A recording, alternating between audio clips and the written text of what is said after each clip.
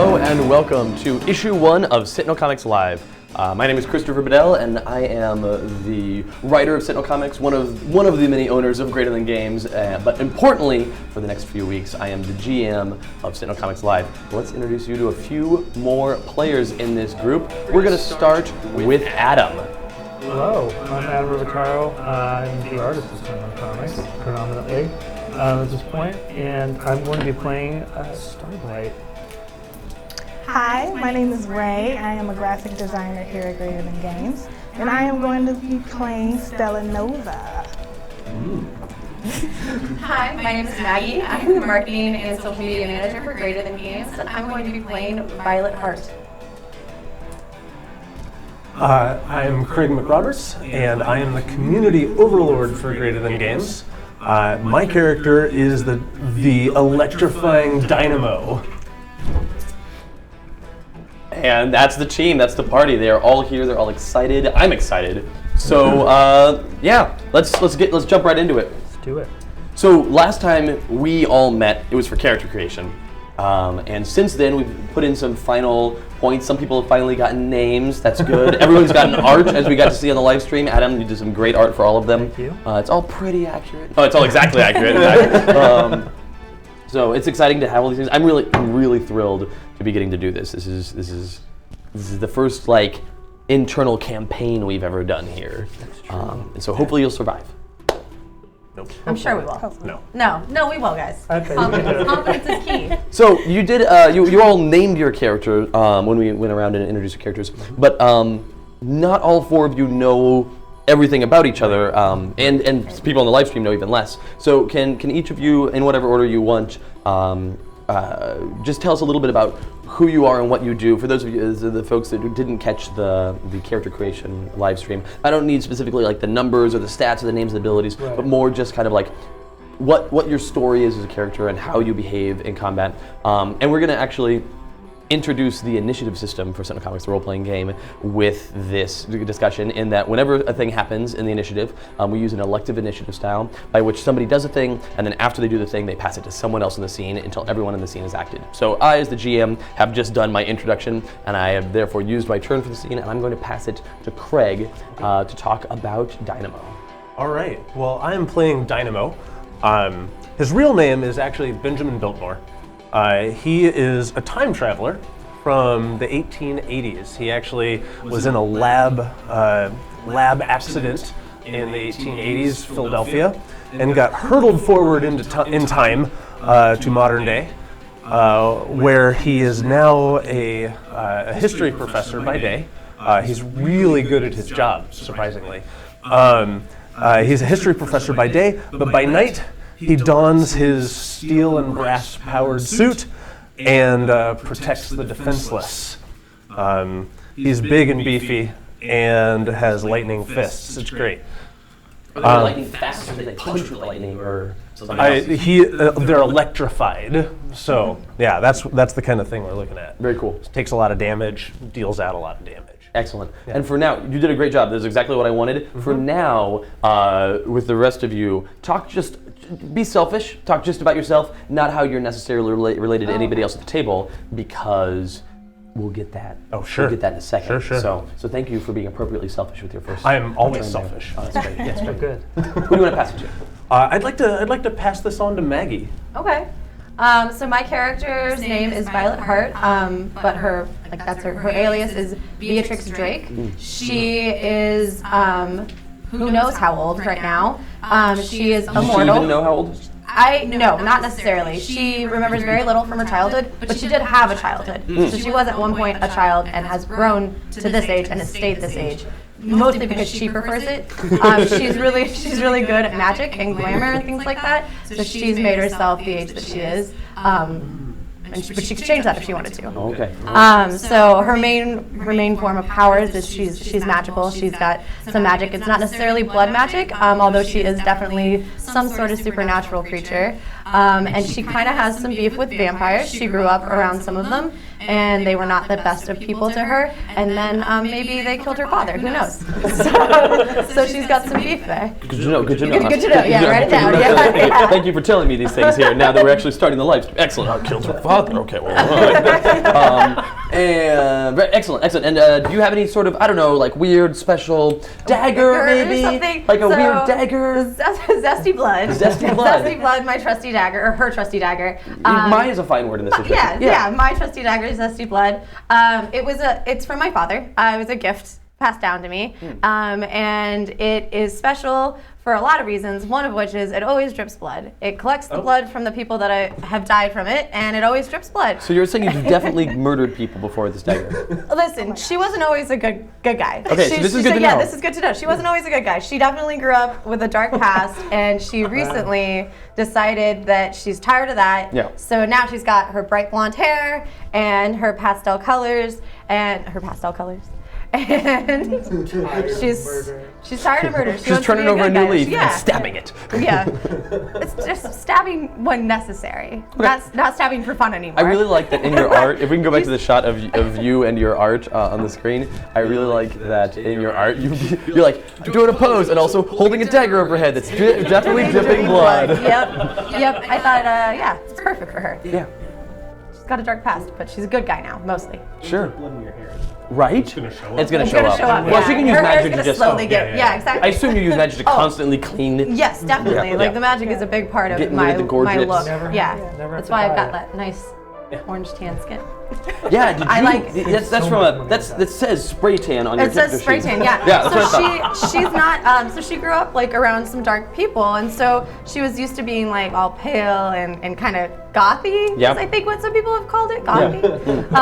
So There's no overlap here for your personal story. Oh, no, not at all. Cool. This is just her. Let's go ahead and pass that initiative on to somebody else. Ray, take it away. Cool. So I am Stella Nova. My alias is Celeste Sykes. She was born out of the stars, out of this great catastrophe. She's made up of different elements from the planets that formed and created this manifestation. And now her main goal or mission is to keep order and create peace within the galaxy and overall of the planets. Yeah. What are some of the things that you can do as a hero? She uses her psychic abilities. She deals damage with her lunar orb. Right, she's a lunar orb. Yeah. Yep, her lunar orb, and it's bringing power from the moon and the sun and the stars, and creating different compounds with that. She can see into the future, so she can help out with things that are coming up. That's great. So you said her name was Stella Nova. No. What was her name? Celeste Sykes. Celeste Sykes.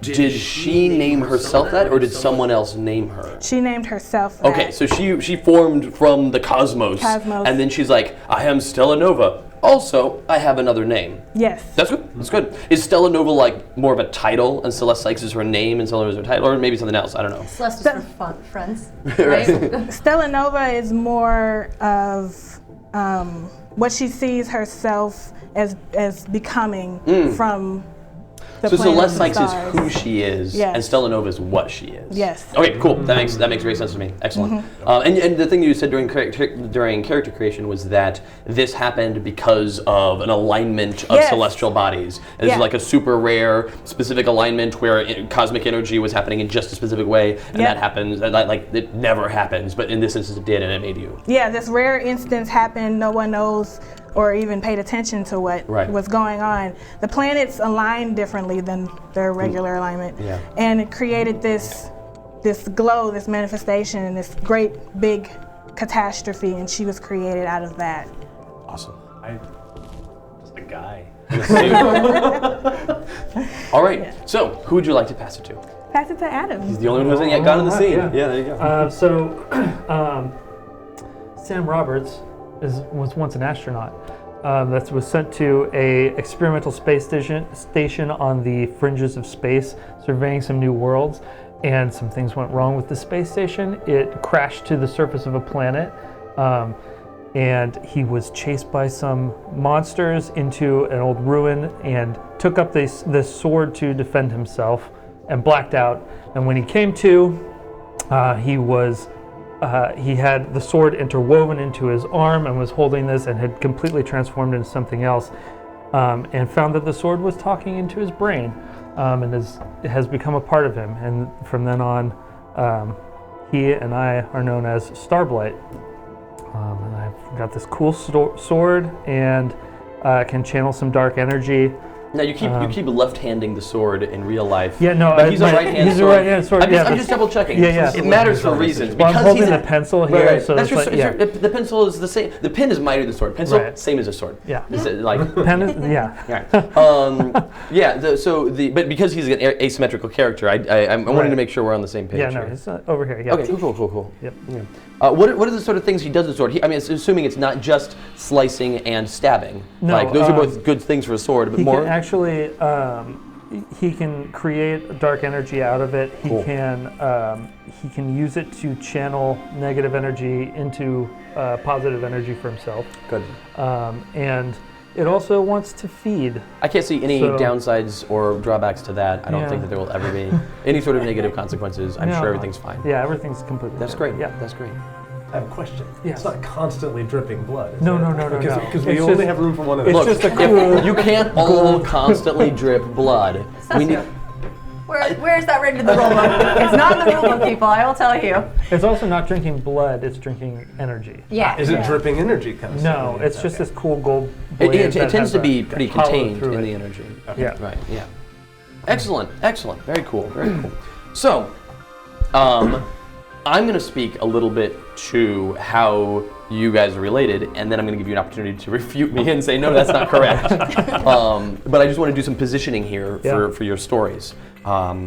Maggie, you said that recently that Violet Heart has turned over a new leaf. Mm-hmm. Was there somebody that maybe you met like 150-ish years ago about that maybe made you reconsider?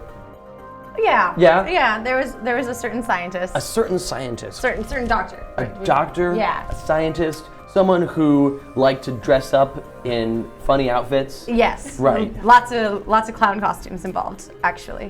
Hold up. Oh wait, sorry, wrong. Can I jump in? Yeah, please. I wish you would. Maybe not a clown No, costume. not a clown costume. Okay. Okay. But maybe. It's hard to say it isn't a clown costume. Well, I mean, it's a strange clown. A clown could wear it though. Yeah. We're Sure. not judging clowns. No. Why would we I'm not limit- going to clown shame. Right. Yeah. Good. Not clown shaming. So the two of you met though back when you were a person in the 1800s. Yes. But before you, was this before you donned the armor, or were you already an armored hero when you two first met? I wasn't really an armored hero then. Okay. That's more of a recent development. Oh, so you because you built this suit. The suit is how you traveled time, right? Not No. purposefully. You built the suit after getting here. Yes. Yep. So even though the suit looks like an antique, that's just your personal style. That's what I knew. Right, absolutely. That's what I knew. So, in what context did you two meet back in the 1800s? Well, and you have to correct me if I'm wrong. This is great, this is We good. talked about this a while ago. So, I believe it was that he was kind of an innovator for his time. So my father's company, which I then inherited after my father's death, obviously, Right. invested money into him and his works because he was such an impressive. So are Man. you from that time period? Are you from the 1800s, or are you Oh, from? I'm much older, Okay. but your father- I've been alive. And your father died around that time period. Because that's when things switched over. Yes, and that's around the time that I switched paths, because he died, and also like a lot of the people that I grew up with died around the same time People's a frame. very strong word. The creatures I grew up with. How's the creatures? Yeah. Entities that I. Those are good years for vampires. So yeah, they died around the same time period, and then I took over, and I was going through a very dark time. Sure. Like most of your story. Like the most of my beginning story. And so when I met him, we became friends. He convinced me to be, not so bad. Sure. And so now you look like this. So good job. Good job doing this yeah. influence. I'm That's what all you were about- shooting for, right? I'm all about convincing people to wear cheerleader outfits. Yeah. It's close to a cheerleader outfit. You're not wrong. It's like, well, actually, it's only kind of a cheerleader Yeah. outfit, Craig. This is your mission, to just get everybody a cheerleader outfit? I mean, Just wait. So how did you meet up again now in the modern era? I think we just kind of crossed paths. Like, how do we? So I can shed some light on this myself. Yes, please. So I was destitute, like right after the accident, because I had nowhere to go. Everyone I knew was long since dead, and like I didn't have any ID or anything because I'm from the 1800s, and so I was basically living hand to mouth under I found I kind of formed this micro lab under an underpass, and was like, Were you cooking drugs? I mean, not necessarily. not all the time. Gotta pay the bills. Fun drugs. Right. Yeah. But no, I kind of got known for like, I was the local like, hey, I broke this thing that's important to me. Like, can you help me fix my radio or whatever? I kind of became known for that, and we encountered each other during that period of my life. Excellent. And you were like, hey, I remember you. And you were like, hey, why are you still alive? Did Violet Hart help Dynamo get back up on his feet? Oh yeah, no. Because you had resources yes, and stuff. He is now he works at my company. He's part of Oh. the lab there. Oh. We bros. Yeah, and So she's your boss. well, That's got to be embarrassing. so Cohorts. That's Oh, okay. All right. like okay. you helped me in Yeah. that regard, and you also like set me up with a position at the university there. Yes. So I'm like, That's how you get a teaching job. Yes. right, exactly. All right. Yeah, he holds his own. Excellent. I do want to mention that I didn't mention earlier that if you're in the chat, if you're on Twitch watching us and you're in the chat, Paul Bender, owner of Greater Than Games, is on the chat, and CEO as well. Fancy titles, is in the chat responding to your questions. So if you have questions, feel free to ask them. Also, I believe that Dave Chalker, lead designer of Sentinel Comics role-playing game system, is there answering questions, and he'll tell you everything that I get wrong. It's going to be great. He's going to talk a lot. He's got a lot to say. Okay, cool. So that's your two. That's how the two of you have a past together, and now modernly together. You said one of the things you do is that you donned this outfit, Dynamo, in order to protect those who can't protect themselves and to fight crime. Right. Or you two, like your cohorts, like semi-professionally, but also you fight crime together.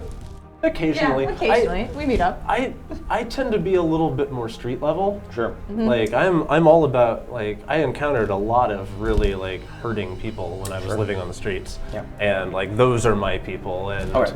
you're a little More international. yeah. Yeah. And like big magic stuff. Big magic stuff. Big Yeah. magic stuff. So like people who are torturing people for blood magic reasons and things like that. That's not cool. I don't like that anymore. Cool. Anymore. We're not into that. We now. do occasionally, like every once in a while, some like magic drug will hit the streets. Magic And drugs. that's yeah, when we end up together. Not That's about just those it. magic drugs, kids. All right. Yeah. All right. So you two, Yes. you're both more cosmic entities. You are the stars in some ways, and you exist out there in space. When did Stella Nova encounter Starblight? I think that we encountered, since I have this knowledge of deep space and I can see things, I kind of sensed this disturbance on one of the planets, and I think that you crashed or... Yeah, I had crashed there, and I was trapped on that world. I can't travel space of my own volition. Yeah. So Stella Nova came and helped me leave, and we've been traveling the stars together. Okay, so you are specifically a duo. Like these two are not duo. They work Right. together sometimes, but they're not specifically a crime-fighting duo. You are a cosmic defender duo. Right. Yeah. Awesome. And she's been teaching me about the cosmos, and I've been teaching her about humanity. Oh, cool. Yeah. Very cool. As we go.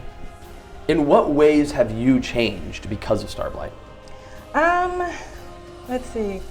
Well, since I feel like I already know about the deep space and all the planets and things, he's teaching me more so how to get along with another being, because I'm so used to being within the stars and just within my mind and in the planets and things. So he's helping me being more social and being able to depend on someone. Awesome. How have you changed? How has Starblight changed because of Stella Nova? My awareness of the pieces of events is expanded greatly. So I have a trait that I can just sort of see how things fit together, and she's provided me with a lot of pieces about how the cosmos interlock and function. Yeah. So I'm starting to just understand space and reality better as a result. I have an important question for you. Yes. For Starblight. So you've helped Stella Nova gain a bit of humanity. Have you, between being shown the bigger picture by Stella Nova and also because of all of the curse that has affected you with this sword, how much of your humanity do you have left? I still have a decent bit. Right. I'm struggling to hold on to that though. Sure, though. Certainly. Okay. Cool. I just wanted to know where everybody was, position everybody, make sure that we all know what we're talking about here with each other. Yeah. Because now the two of you, you're gonna fight. Go. Okay. No, I'm kidding. It's not where this goes. You were ready? He was like, all right. I am the stars. Well, this is bad.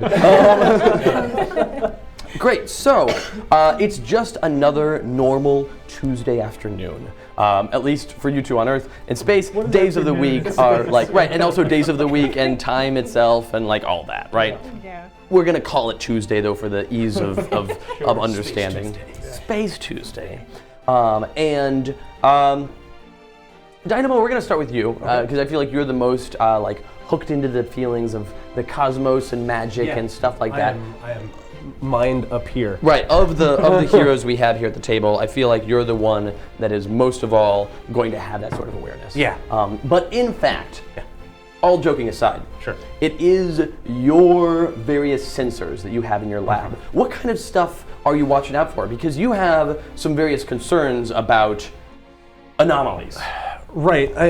I'm mostly I wouldn't mind. It's not a huge pursuit of mine, but I'd like to be able to travel back in time and at least let people know what's happened to me. So I'm always watching for time anomalies and figuring out how to do that. But that also means monitoring for various cosmological phenomena that might assist with time travel and that sort of thing. So any sort of weird space-time warpy stuff, that's on my radar. Sure. And in fact, specifically, a device that looks a lot like radar. It's not radar. No. But it's easy enough to say for the layman that we can't bother explaining how much more complicated this is than the radar. Right. On your space-time anomaly radar. Yeah. Right. Yeah. Not really radar, clearly. Sure. It begins pinging with great urgency. Oh. Something's really wrong. There's quite a cosmic disturbance. Okay. You're still in Pennsylvania. Yeah. This is many miles to the south. Okay. This is far to the south from where you are now, somewhere in northern Mexico. Oh, that's really far away. Yes. There's some sort of disturbance that's it shouldn't even be showing up on your radar. It's so far away, except that it's so big and so dangerous. Okay. That what you notice is not that, there's this thing that is happening in this place, but rather I'm seeing the edge of something that's happening beyond, and I can extrapolate based on the curve that it's probably that far down somewhere in Mexico. I need to be careful. I do a lot of hand gesturing, and if I do it too high, I get to these two cameras that are looking at you guys. But I keep those what are those waving things? That's me. I'll wave down here. Okay. Yeah. I'll wave up here, but not in front of not forward. No more forward waves. But yeah, so there's some stuff going on in the Sonoran Desert in Mexico. You're able to triangulate. There's something wrong there. Well, that is huge, and I definitely want to get on that. So, do you want to go ahead? I was going to ask you, it's Tuesday afternoon. Yeah. So is this a situation I could potentially have office hours or something that I need to deal with here? Because I do have a day job. You do have a day job. It is a Tuesday afternoon. You had some teaching scheduled in the morning. You do have office hours this afternoon. Okay. So you probably should hang around. You got some work to do. Do you have the ability to send out any more investigative scans from where you are now? Any sort of I can turn on a remote drone or at least do a sort of ranged scan of some sort? Tell me about what you have that lets you do this sort of thing. Yeah, actually, I am well suited to do that sort of thing. I've got some little tank tread. Sure. Like various little tank tread robots. How fast are they? No.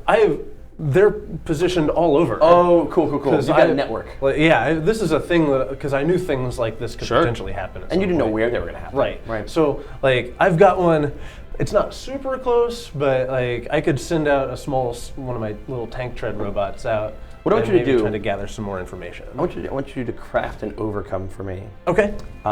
So you'll base it whenever you do an overcome check, you use one of your powers, one of your qualities, and your status. Your status, of course, is green because there's no reason for it to not be right now. Right. But an overcome check just to learn more Okay. about this situation. So for this, then I've got my inventions. Sure. Power. That makes perfect sense to me. My inventions power, absolutely. So that's a D10. Great. It's pretty good. And I've got technology, which would seem to fit pretty well here. Sure. Since this is a little robot that I'm sending out. That sounds great. And your status is a D10. All right, you roll 3 D10. This is a good pool. I feel good about it. It is a good pool. And yet, I don't typically roll super well. That's true. There's donuts sit over there. Yeah. All right. Here we go. All right. 5, 6, and 5, 8. 6, and an 8. So with a 5, a 6, and an 8, a 6 is your mid die. Yep. And a 6 on the chart here. If we look at the chart, it says 4 through 7, action succeeds, but with a minor twist. Okay, a minor twist. So, of course, whenever there's a minor twist, you can look at your principles and invoke one for your principles, or if not, one from the scene. And I definitely have one for the scene. If you don't have one that you want to invoke here. Well, so this actually works out pretty well with my principle of the lab. Okay. My minor twist is what did I make a detour to observe and sample for later experiments? Like this is absolutely the kind of thing that would you get distracted. This would definitely distract me. Yeah. Like, Sure. That's by all means, that makes sense. Yeah. It will not negate your success. You'll still have your success. Sure. A minor or major twist will never a minor or major twist will never negate the success that you got from an overcome. But it is going to give you some secondary thing. So you send your little network of tread bots closer and closer to try to figure out what's going on in this area. And what you're able to tell with their sensors is that their sensors aren't able to get a lock at all on the type of energy. There's some sort of rioting energy in this area, but it's not chronal energy and it's not cosmic energy. There is cosmic energy here, but that's not the problem. Sure. There's some sort, and you're able to go, okay, look, it's not any of the things. I know my business. This means it's magical. This is magic, and I just can't do magic. So whenever I see something that's like, weird stuff that I'm not able to do in any way or really read, it's magic. Yep. So you're aware that it's magic. However, you are also aware, the minor twist here is that your bot network, as you're doing this, you see that there's a few other pings of other types of energy, specifically some chronal energy in some other areas, and you're like, all right, it's magic, great, who cares? I'm gonna go look at what this chronal energy, and there is a chronal energy disturbance happening in like the south of Texas, so near enough that it's problematic and very distracting for your robots, and you send them to go investigate that. So they're not gonna be of any more help for this particular thing that's going on here with the magical energy in Mexico. The Texas thing, we'll have to learn about sometime that you can want to devote time and effort to it. If you want to do that now, you can. If you want to do that later, you can. But for now,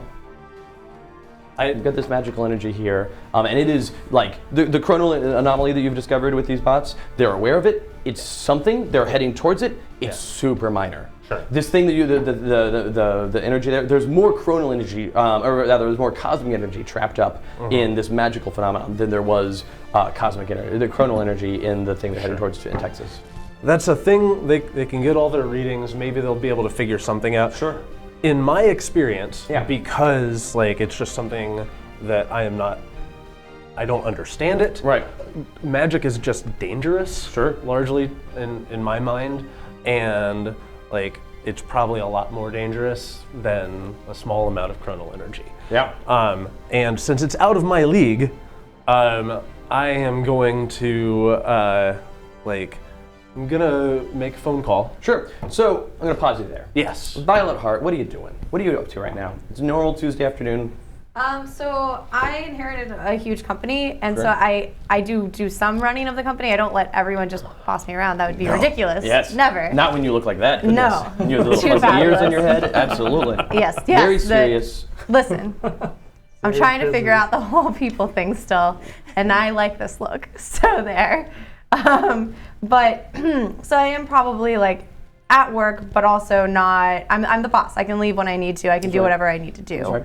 So you're in the middle of what are you looking over reports? What Yeah. this business that you run is this like? So it's huge. It's a huge enterprise, right? Because there is some sciencey parts to it, which is how Sure. I let Craig borrow some lab equipment and things like that for his I have disposal. never borrowed lab equipment. Never borrowed it. Never. Dynamo has. Dynamo has. I'm sorry. Craig has. Dynamo has. Craig is dead right now. Craig is dead. I forgot.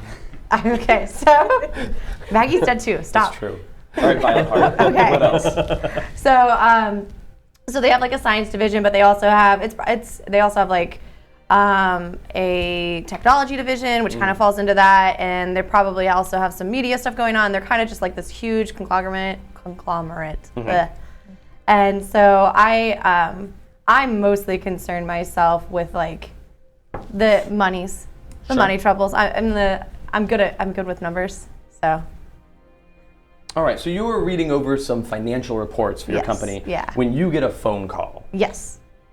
do you get phones? I mean, you've been around there I for do. a long time Yeah, now. no, I've been around long enough to get phones. I just have sometimes a hard time like understanding people and why they have issues with certain things and, Sure. and stuff like that. I feel you. Yeah.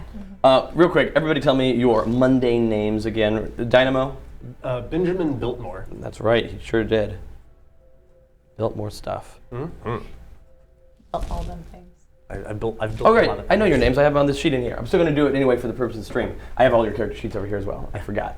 It's like, I'm going to write these things out so I remember. I printed them out so I remembered. Anyway. Beatrix Drake. Right. Stella Nova. Celeste Sykes. How could I forget? And Starblight. Sam Roberts. I am really glad Simple one. that Spot on though. I'm really glad that you guys have alliteration within your duos. That you have Benjamin and Beatrix, and then you have Celeste and Sam. That's good. Nice. I assume Nice. you spell Sam with a C. Right, yeah. With that little thingy, Sam. little thingy hanging off the bottom. Right. Like, yeah. Yeah. Okay. All right. Cool. So you get a phone call. Uh, No, you're on the phone. Hi. Operator. No, Operator, you I'd just- like to, You dialed my number directly. I'd like you to just pressed speak- the button. You pressed the button to call me. It's not an Oh. operator. I still haven't quite You'll quite get gotten there. around that. All right. We definitely have an issue, and this is way out of my league. DEFCON 1? I don't have Don't know any what that idea what means. you mean Okay, by that. sorry, never mind. Magic stuff. This is not for me. Can you come to my office? I'm sorry. I have office hours right now. I can't exactly leave. Okay, yeah. All right. Very well. I will see you in half an hour. Half an hour sounds good. Yes. Sounds great. Yes, sounds great. Make a quick half an hour, please. It'll be the fastest half an hour ever. Great. All right, bye. And we're gonna pause you. We'll come back to you in half an hour. Okay. So you two are out in space, normal Tuesday, Space Tuesday, doing Space Tuesday stuff. Yep. And you feel a terrible disturbance. A cosmic rift has opened up on the planet Earth, in the solar system where the planet Earth resides, in the Milky Way galaxy where the solar system where the planet Earth resides. Yes. You can feel it across space that something terrible is happening there, something that should not happen, something that happens only once every 1,000 years, and that it likely could destroy that whole planet, if not that whole solar system. Yeah. What do you do? Well, since my mission is to keep peace within the galaxies and on the planets, I let you know that we need to travel. We need to go find out what's going on, because we need to fix it. Okay. Do you tell me where it is? Like, do you know where it is? Yeah, I Or- can sense it. I can sense it on the planet Earth. And, Oh, Earth. Okay. All right. and yeah. you let me know what the problem is surrounding Earth. I have a question for you, Starblight. Real Yes. quick. Internal monologue here. Uh-huh. Have you been back to Earth I have since not. your accident? Nope, not once. You've not. So when you first picked, you crash landed on this planet. You were attacked by some sort of monster creatures. You picked up the sword and blacked out, and you woke up something else. Yeah. Why have you? You have the ability. You could be like Stella Nova. Let's go to this planet Earth. I want to go there. I want to see people. You haven't been back. I left Earth to begin with because I didn't need to be there. Sure, you didn't. So did something happen I was that made coming you? on a mission that I wasn't planning on going back. This was a one-way mission. Yeah, I was going to live on the Was space there station. something, whether you're being honest with yourself or not? Yeah. Was there something that maybe you were in some way running from? Were you, like? I think that I just was devoted to the exploration of it. I didn't have anything tying me down. Sure, on but like, Earth. wouldn't you I also, don't- like on the space station, you were sending reports back to Earth. Wouldn't you want to be like, return to Earth and report about this planet? What makes you so afraid of Earth? Adams, hug it out. That's my not father. No, I think that I stopped caring. That like it's more about it became more about the knowledge for myself than about reporting back. They're not to your there. people anymore. Right. Yeah, I don't have people anymore Okay. All right. because I'm not. I don't view myself as human necessarily. Like You're not people anymore. Yeah. There's a lot of losing your humanity here. Okay. Yeah. Interesting. I'm not like a heartless, No, it's fine. thing. No, yet. I'm just curious. I'm just Don't curious. look at me when Yeah. you say that. Wow. Hey. You looked right at me. I was looking around at everybody, but you were just next on the list. So what you read into that is reflects on your character. So when Stella Nova says to you, Starblight, hey, Yeah. there's some sort of terrible cosmic rift on Earth, and things are way bad, that's Yeah. a technical term on the measurement scale, does that make you feel anything? I don't like. I don't feel. I don't really feel conflicted about it. I'm just like, oh, Earth. I almost forgot about it. It's gonna. I feel like it's gonna be weird to go back, but I'm not like diametrically opposed to it. All right. Can I ask a question real fast? Sure. You're not there. Okay. This is an out-of-character question to Yeah. help understand a little bit. Does Stella Nova know you're from Earth? I don't think she. I don't think I would have ever told you where. I was You from. might not have told her, but would you have awareness? Yeah, I have an awareness. I already know about it. Oh, so you just know intrinsically that I'm from there? Yeah, I already Okay. know your story and your Okay. past, but I'm trying to help you overcome that and go back to Earth and Okay. Oh, so you Fix actually, things. like, somewhat secretly have a desire to help Starblight regain some of who Sam Roberts was. Yes. Okay. Okay. So even though as you learn of humanity from Starblight, you're also like, oh, buddy, Helping this is a him. thing you're missing. yeah, Okay. helping him Okay. regain it. All right. Nice. I like that. All right, cool. That's cool. So yeah, so you guys are concerned that something's going on Earth. Okay. What are you gonna do? What do you wanna do about it? How bad is this? It's way bad. That's correct. I'm afraid that I have this sense that if we don't fix it or find out what it is, it's going to create something bigger within the planets. Okay. Well, I guess it's something we better take care of then. Yes. So, Yeah. So we start heading back there. I don't know how fast you can travel us through space. I can actually teleport. Oh. So real fast. Yeah. The answer. So I can grab you in my teleportation. Okay. And we can It'll go. take you some time. You're far enough away from planet Earth, wherever you are in space, that you can't just like, all right, now we're here on Earth. Like no But minutes. you can fold some time and do some things and manage to get there in a remarkably fast amount of time, considering how far you are. It'll Okay. take you a couple of jumps, and each time you'll be able to stop and be like, okay, things are okay, Yeah. and you'll get there. So I assume you're on that route now. You guys are en route to planet Earth. Yes. Yeah. You arrive at the hair doctor's office. I have a student here right now. Sure. They come. So, Mr. Biltmore, I just don't understand what's so important about the 1800s. Nothing really important at all happened in the 1800s. 1700s are great, 1900s are fantastic, 2000s, best ever, right? Obviously. But 1800s, boring. You really don't understand the impact of industrialization, I guess. Yeah, but clearly not. Okay, well, I want you to go read chapter 7 Uh-huh. again. Okay. 100 times. Oh, who are you? What? 100 times? Are you a teacher here? I'm not a teacher here, but I understand the importance of history. You look like you're 16. You look I'm like a you're college student. 16. No, I look like I'm 19. I've got these little fuzzy hairs on my chin. It's a beard. A full beard. It's not a full beard. 3 Spoilers. years. Yeah.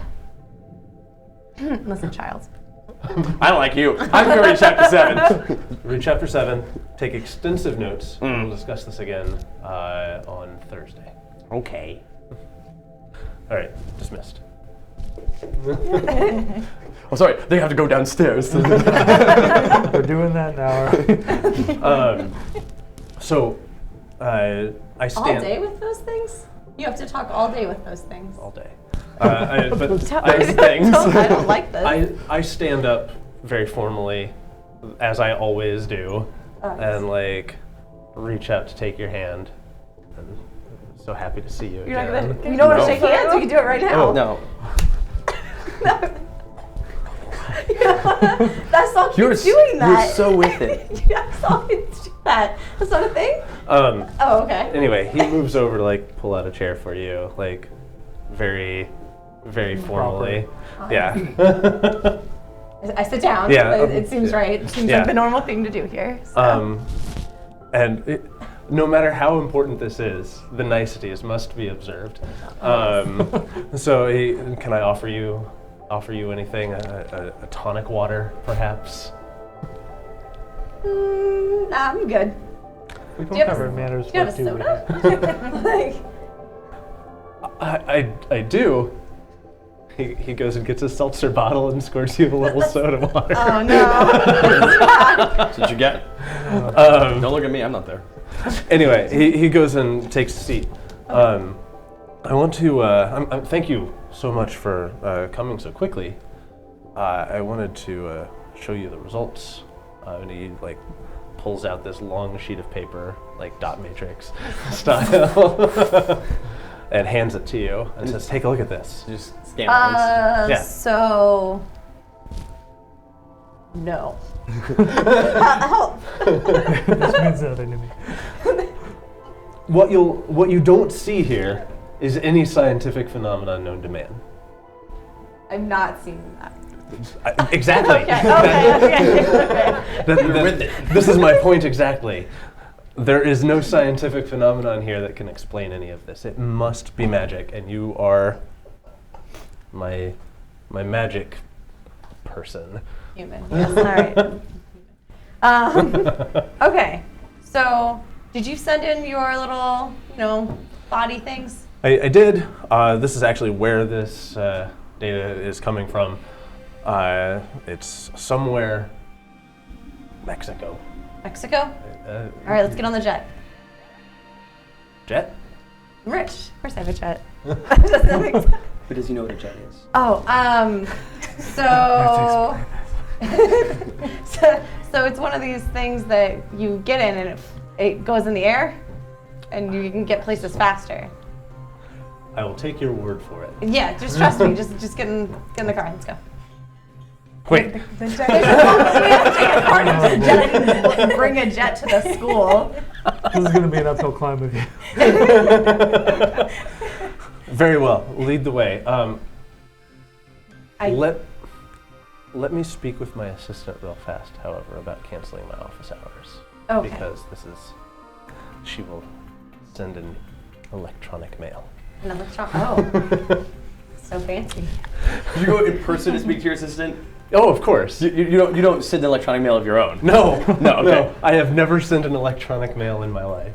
She seems very surprised that you would cancel the rest of your office hours. Also, sure, whatever. There's only like 45 minutes of your office hours left. You're at the end of the day, and she's like, "I'm not gonna alert everybody that you're skipping out 45 minutes early. No one's gonna." I'll take care of that right away, sir. Thank you. And so yeah, You get in the car, you go to the jet, Yeah. you fly to Mexico. Yes. All right. I love this plan. You're at Earth, you're in the solar system, you're out in space around Earth, and you cannot see with your regular seeing vision eyes from space the cosmic rift that has opened up there on the planet. But you can both feel its wrongness. You can feel from space, you're like, oh, I can sense it too. Yeah, you can Okay. both feel just how bad it is. And in fact, as you guys, as you two are flying in the jet towards Mexico, you begin to feel this magical pull that is both, you're both drawn to it and also revolted by it. That there's something terrible and wrong going on here. So you're into it. All right, so so you're out there outside space. What do you want to do? Keep going towards it. Yeah. Yeah. Somebody right It's- down there. It's as we're approaching it, we're somewhere. We find out that it's somewhere in the desert. Yeah. I'm not really familiar with that because I'm used to being in space. I'm not used to the makeup, the physical rocks and Sand. things, It's terrible. sand, and Of course, it's gritty. it's kind of throwing me off a little bit. So I'm counting on Starblight to kind of, since I already know that he's been here. And he can help you with things of a terrestrial nature. Yes. Right. That makes sense. Yeah. And Okay. So you're flying in, making a few teleport jumps, and you can see. And as you approach, you guys are flying in. And as you approach, you see. There's in the middle of this shattered plain. The ground is broken up with all these rocks. Clearly, some sort of impact happened here, and there is this large shape that looks a lot like this on the screen. It looks like this. Yes, it looks like this. It's this giant thing, and that's probably 40, 50 feet tall. There. And so it's there hovering above the shattered plains. There's all sorts of cosmic, chaotic energy roiling around it. And there's all the chitinous bits on the outside of it, and there's some sort of pulsing, vibrant, really dangerous energy inside. Do you want to lick it? No, I'm kidding. I grew up not too far from here, and that ain't supposed to be here. All right, so you are at the site. You've seen the thing. You two are flying in. Do you land your jet at a private airstrip, or do you just? It's a Harrier jet? You can just land it anywhere. Who cares? It's you can land it anywhere type. Fantastic. I Yeah. love it. We It got definitely that type is. of money. Yes, you do. So you Yeah. land your jet close enough to this that you can like see it on the horizon, Sweet and you. VTOL. Yeah. Actually, I think as soon as I get out of the plane, I'm like kind of overcome with Yeah. like a wave of almost nausea. Like, oh no, this is really bad. It's really bad. And I mean, look how cool it looks. I mean, bad. Dynamo has So- never seen me like this. Right. So as soon as that shows up, I'm gonna go change into my suit. Like while we're Yeah. still in Yeah, on the like jet. you need to. Yeah. I mean, it's gonna take a little while. Like. Right. We'll just yes, and now in your suit now.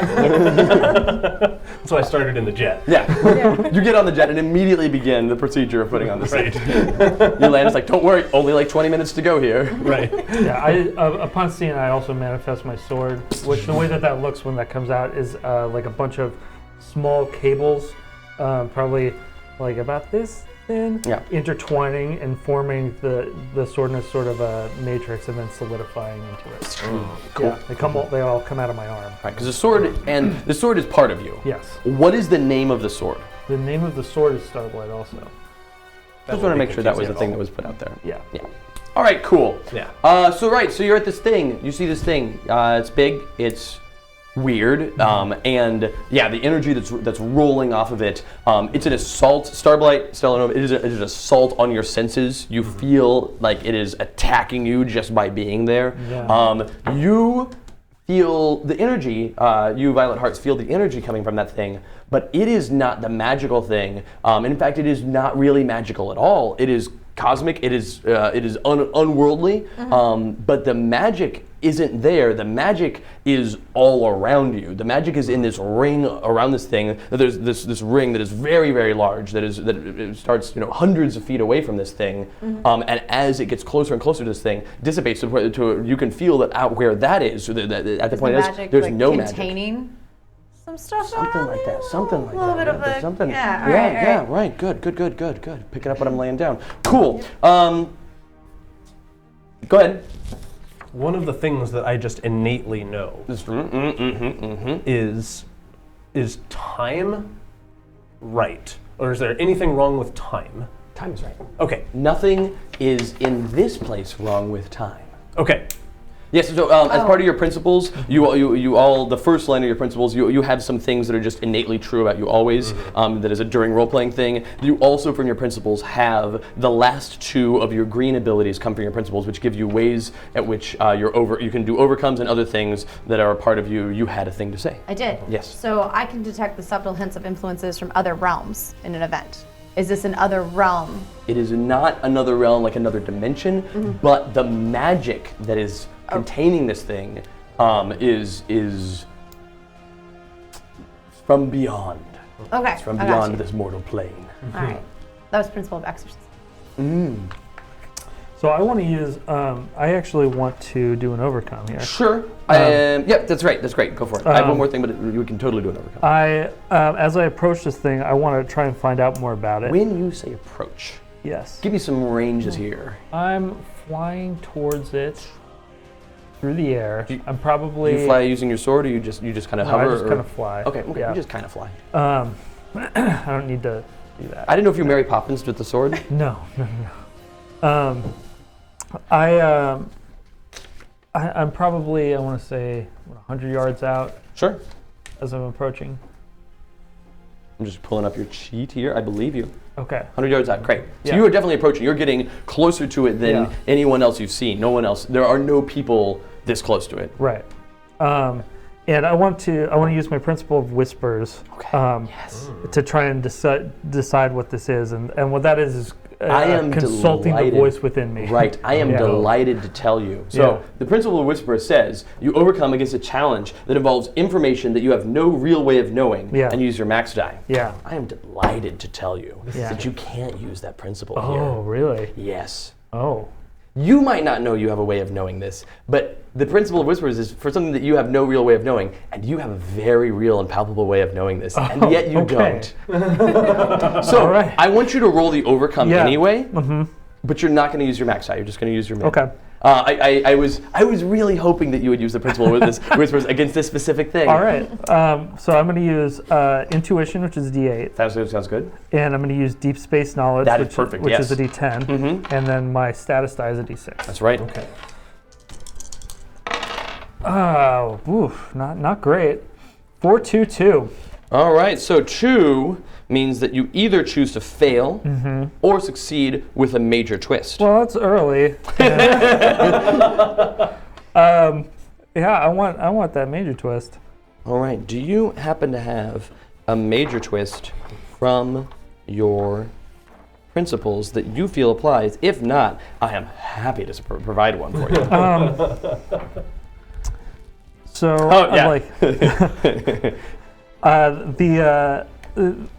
there's two ways I could go somewhere with both of these. I'm actually just gonna grab the reins Yeah, here. I'm just do gonna it, yeah. be a jerk That's because this fine. is the way you were maybe going to go, and I already set this up with what I said about you can't use the thing. Probably, yeah. So you're like, oh, can I tell anything? I'm like, I know a lot about space, and Yeah. you're like, oh man, and you're like, I just don't know anything about this. And then a voice that is both within your head and also from down your arm. It's like you're one of those dinosaurs that has a brain here and then another brain somewhere else. Yeah. Yeah, you're like that. Okay. But a person with a sword that has a brain in it. Right. A voice like a gravelly voice booms in your head and in your sword that only you can hear that says, "This is the same. It's the same. It's from the same place." Oh. Okay, I choose not to divulge that. Yeah, cool. But you're able to tell this is some sort of thing Okay. that from outer space that was made somewhere else and put here, and it is in some. It's not related to Starblight in some way. Don't worry about it. It's probably fine. Yeah. Okay. All right. You two notice as you're getting on your plane, you're heading towards the place. You've got your armor on. You look like yourself. It's great. Good job. You see a small, comparatively, figure like flying and approaching the big oval weird thing. And you also see another like glowing figure further behind that figure. So you see two figures already out there in the field of energy, investigating. I ought to suit up too. You have a suit up? You have I mean, like, this is not, I don't always wear this I outfit. assume that you could just... Transformation sequence. Yes, I do have a transformation, of course I have a transformation sequence. Lay it on us. It involves a lot of purple ribbons. Purple ribbons. Purple ribbons. Sure. Can you do a little ribbon dance? Indicate, thank you, that's exactly what it looks like. Dynamo does this. Yeah, oh yeah, no, it's definitely, it's like vaguely, yeah. You look away. There's like some glitter involved. What were you wearing before? This. Okay. I'm going down. With the ears? With the ears, I think they're adorable. You were a CEO of a company? Listen, Okay. who's gonna, I've been alive longer than you've been. I'm just asking some positioning questions Yeah. here about Who's the gonna life argue with me? choices. I will always argue with you. Go ahead. I know you will. Okay, so I definitely need to suit up, and I also think like I am still. I mean, like I can walk over there, but I'm probably like gonna ride on Dynamo's back. You're gonna move a lot faster than me, right? Sure. We're in the desert. Sand's gross. Are you like piggyback style, or are you like? On his shoulder. It's big. I'm on his shoulder. Sure. Yeah. Right, okay. How big, And how you're big is tiny. your suit? Actually, it's not a whole lot bigger than a standard human. Yeah, you stand Well, probably yeah, like how tall are you without the Like suit? I'm 5'9", 5'9". So with the without suit, you're probably like 6'2". yeah, something like that. It adds some foot space and it adds some head space yeah, and a like little extra bulk all Right, around. right, yeah. But like it's conceivable. You're not. How big are you? I'm like 5'6". Oh, you're bigger than I thought you were. So yeah, piggyback style. Just don't Piggyback get burnt. style. Don't get burnt because I got a burner back there. I think you might want to sit on the Yeah. like. I mean, I could do this. It'll take some effort from you, but you're fine. You got it. Your suit's made for this. Everything's yeah, fine. yeah. Everything's fine. Okay, I got a lot great. of So you two, you watched your friend, your compatriot, float out there to ask something of this thing to try to figure out what this thing is, and you see a figure in metal armor come stomping in with. Weird, I'm going to use the word weird, pink thing writing on its shoulder. So you're aware of their presence, and what do you want to do? Well, so, I'm gonna use my telepathy and figure out what their goal is, whether I can trust them or not. Sure, you can't you can't just outright read someone's mind. You gotta Okay. you gotta do some things. Do you want to try to like intrusively read their mind, or do you want to kind of like use your telepathy to ask them some questions? Or? I want to read their mind. Okay, you want to take from them. You don't know Yeah. about the human personal boundary of don't read my mind. All right. I want you to. Well, I'm not around Yeah. humans, so I I want you to roll an overcome check Okay. to read one of their minds. So whenever you do an overcome, you're going to use one of your powers, one of your qualities, and your status. Your status is green because you're in the green zone. Okay, that's a D6. Mm-hmm. I want to use my Telepathy. telepathy. Yep. Go to That's D6. also a D6. Mhm. And I am going to use my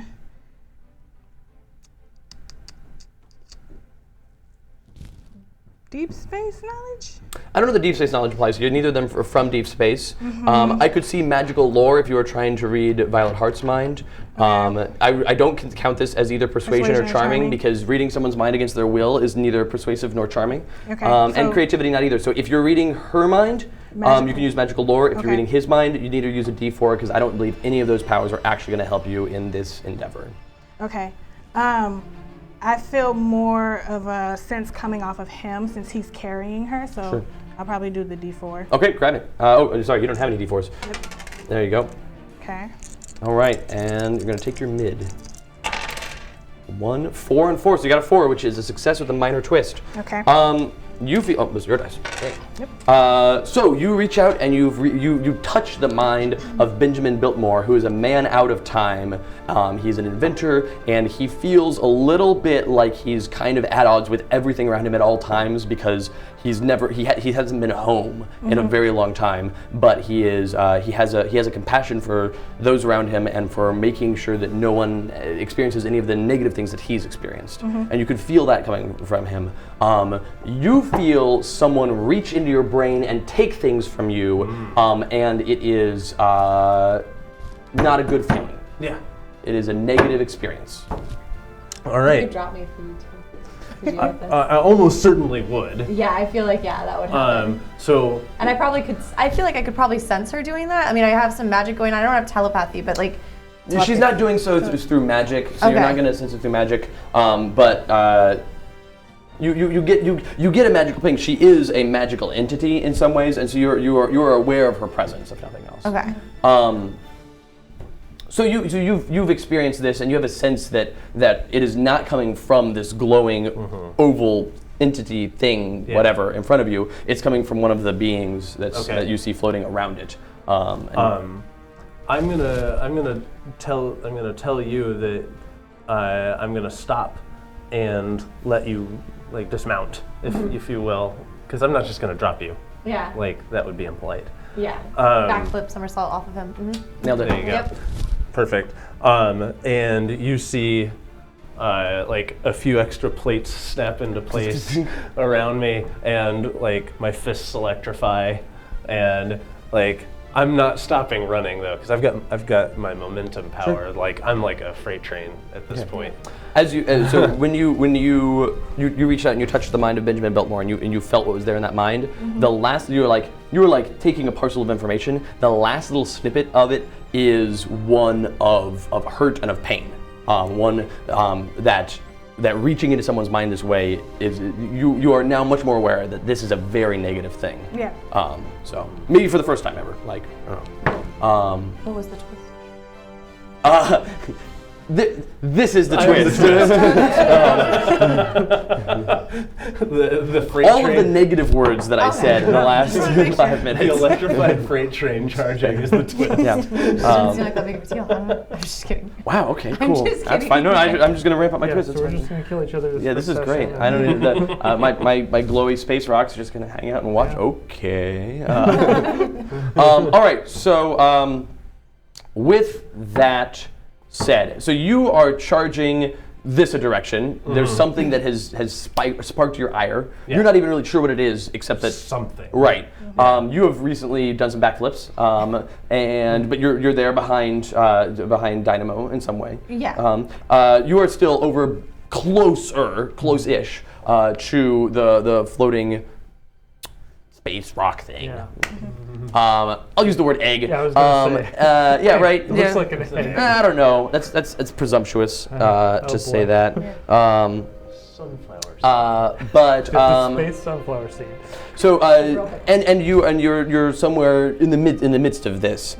When you all feel a crack come from that oval, and there's a burst, a nova of energy that rockets out from it, and it drives you all back. You are forced to land. You can't stay up in the air. I do the skittle on the ground. Oh, the yeah, sure. cape blows behind Yeah, me. that looks cool. That looks cool. Were you floating as well? I know there's yeah, of course. And you feel like you don't necessarily have to land because you don't need you fly because you can leave gravity and fly. But that's the thing you're doing. You just happen to exist, maybe touching the ground, maybe not. But you feel buffeted back, and you have to kind of catch yourself. Yeah, a little bit. You've got to dig in a bit, and are probably driven to a knee. Yeah. How does this affect you? Are you? I'm probably just totally knocked down from sure. it then, because I mean Just Backflip. end over head. it's just end over head. No, jeez. Yikes. Yeah, because I don't have any. I am just me. My gear isn't. My dagger is my only real gear, right? But I can use telekinesis probably for a few things, balancing my Sure. Yeah. Yeah, you managed to recover from it, but Yeah. Okay. Great. So you're all blown back as let's call it an egg. This energy bursts out of it, and then as it vibrates and it shakes, We go to seeing this egg. Go on the screen. Go on the screen. Perhaps like space hatches. Egg go. Oh no. There we go. I want to space hatch. And a creature bursts up out of it. A huge, colossal creature bursts up out of the egg with a scream and flies up What's it sound into like? the air. It sounds like, "Ah," but like a million times louder than that. Yeah. I just don't have that much voice post And you the just show. ruined what was left. Yeah, right. All right, and so anyway, now we're gonna talk about the thing. Anyway, so no, so yes, it bursts out of the egg and flies up into the air. And as it does, it flies up and up and up like it's gonna fly up into space. But it bounces off. It hits some sort of invisible barrier there, and wheels around angrily. You see that it's got some like wings, and it's like flapping those as hard as it can in order to stay aloft. But those wings, after a few more flaps, it kind of stretches its wings out and wraps them around itself. Bring that back onto the full screen again. Wraps it around itself, and big beams of energy fire out from those wings and wrap all the way around the body of the laser dragon. Laser dragon. That is a laser dragon. And in fact, none of you know that. None of you have ever heard of a laser dragon before, but Adam, in your head, you hear the words, laser dragon. You hear that. All right. In your head. And it wheels back around from the invisible barrier that it bounced off of up at the top and looks at all of you. How big is this thing? It is extremely big. Okay. It is colossal or bigger if we're going to use such a scale. But by such a scale, it is hundreds of feet long. It's probably like 7. Yeah, it's 7 Okay. on a scale of 7 1 to 8. bigs. Okay. So various things are going to happen now. I'm going to put here for you. There's a scene tracker for some reason. Don't worry about that. there? I'm just going to write some words on this note card. Here, we can go to the tabletop view and see what we've got. Yeah, scene dragon, laser dragon. That's good. Here, that can go like there. Perfect. Okay, and for now, I'm just going to put this over here. Yeah, I don't need a lot of other things, but it is going to go ahead and so it's done that. Okay. It's hatched. It's flown about a bit, and it has turned its wings on. It's finally manifested its laser wings and wrapped them around itself to create this form that you see here. It sure does. It sure does. In spite of myself, I'm like, that looks really cool. I mean, I'm gonna have to kill it, but it looks really cool. so we are going to go ahead and be in an initiative order. I'm going to cough some here. Sorry, that laser dragon scream took it out of me. Unacceptable. I'm sorry. Yeah. We're going to go and be in initiative order here. I'm going to start with Adam. Adam, you were the one that was most focused on the laser dragon egg, and you were the one that was nearest to it, and the one that had some sort of Yeah. Okay. What is it that you want to do with your turn? Well, I want to attack this thing. You want to attack this I thing, think. naturally. Actually, I think I'm not going to attack right out. Interesting. I'm going to boost myself first. Okay. I'm going to use hone, which Sure. I raise my blade to the sky and I sort of just reinforce the blight matrix throughout myself. Sure. So go ahead and roll for it. So that is your ability. Yeah, so I you- boost using Starblight, which is a D8. And living weapon, I think, is the that makes sense. best one for that. Yeah. And then D6 for status. All right. So you got a 3, a 2, Three a is- 3, and a 4. Yeah, The so- 3 is your mid, so that's just going to be a +1. But that's persistent. Yes. Persistent means that just stays there until something takes it away, right? Yep. All right. Yep. Oh, I dropped it. It's gone forever.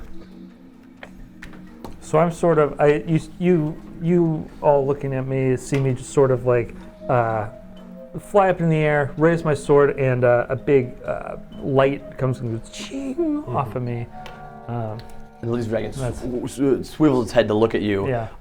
And it roars, which you hear out loud and in loud. And in loud. Oh, okay. No reason. Don't worry about it. All right. So, Adam, that Yeesh. was your turn. Who do you want to pass it to? You can pass it to the laser dragon or one of your teammates. I'm going to pass it to my compatriot, Stella Nova. So it is your turn now. You can do Okay. whatever you want. Um, And so you can pick one of your actions from your list. Certainly, you can pick an ability, but you can also describe, like, tell me the thing you want to do, and then we can figure out if that's an action, if that's a standard action, or if it's an action that's an ability from your list, or something like that. But like, what in this situation does Stella Nova want to do? I want to try to understand what the dragon is made up of. Sure. I want to get an understanding of what it is that it wants or is trying to do. Sure. Just trying to figure something out about this dragon. Yeah. Yeah. So I guess. So I mean, it sounds like there's an overcome check. Do you happen to have an overcome check about? So yeah, you No. don't. Neither of these two really. Neither of your principles really work. But you can totally roll an overcome check, just using a power, quality, status. That's because it's not a thing from the future, and it's not a situation that. Where you're charging into danger headlong. In fact, Okay. just the opposite. So, but no worries. Just grab one of your powers. Like, what power are you using to learn more about this? Are you using your lunar orb to reach out and gain knowledge of it, or are you using your telepathy to try to reach into its mind? I'll use my lunar orb, Sure.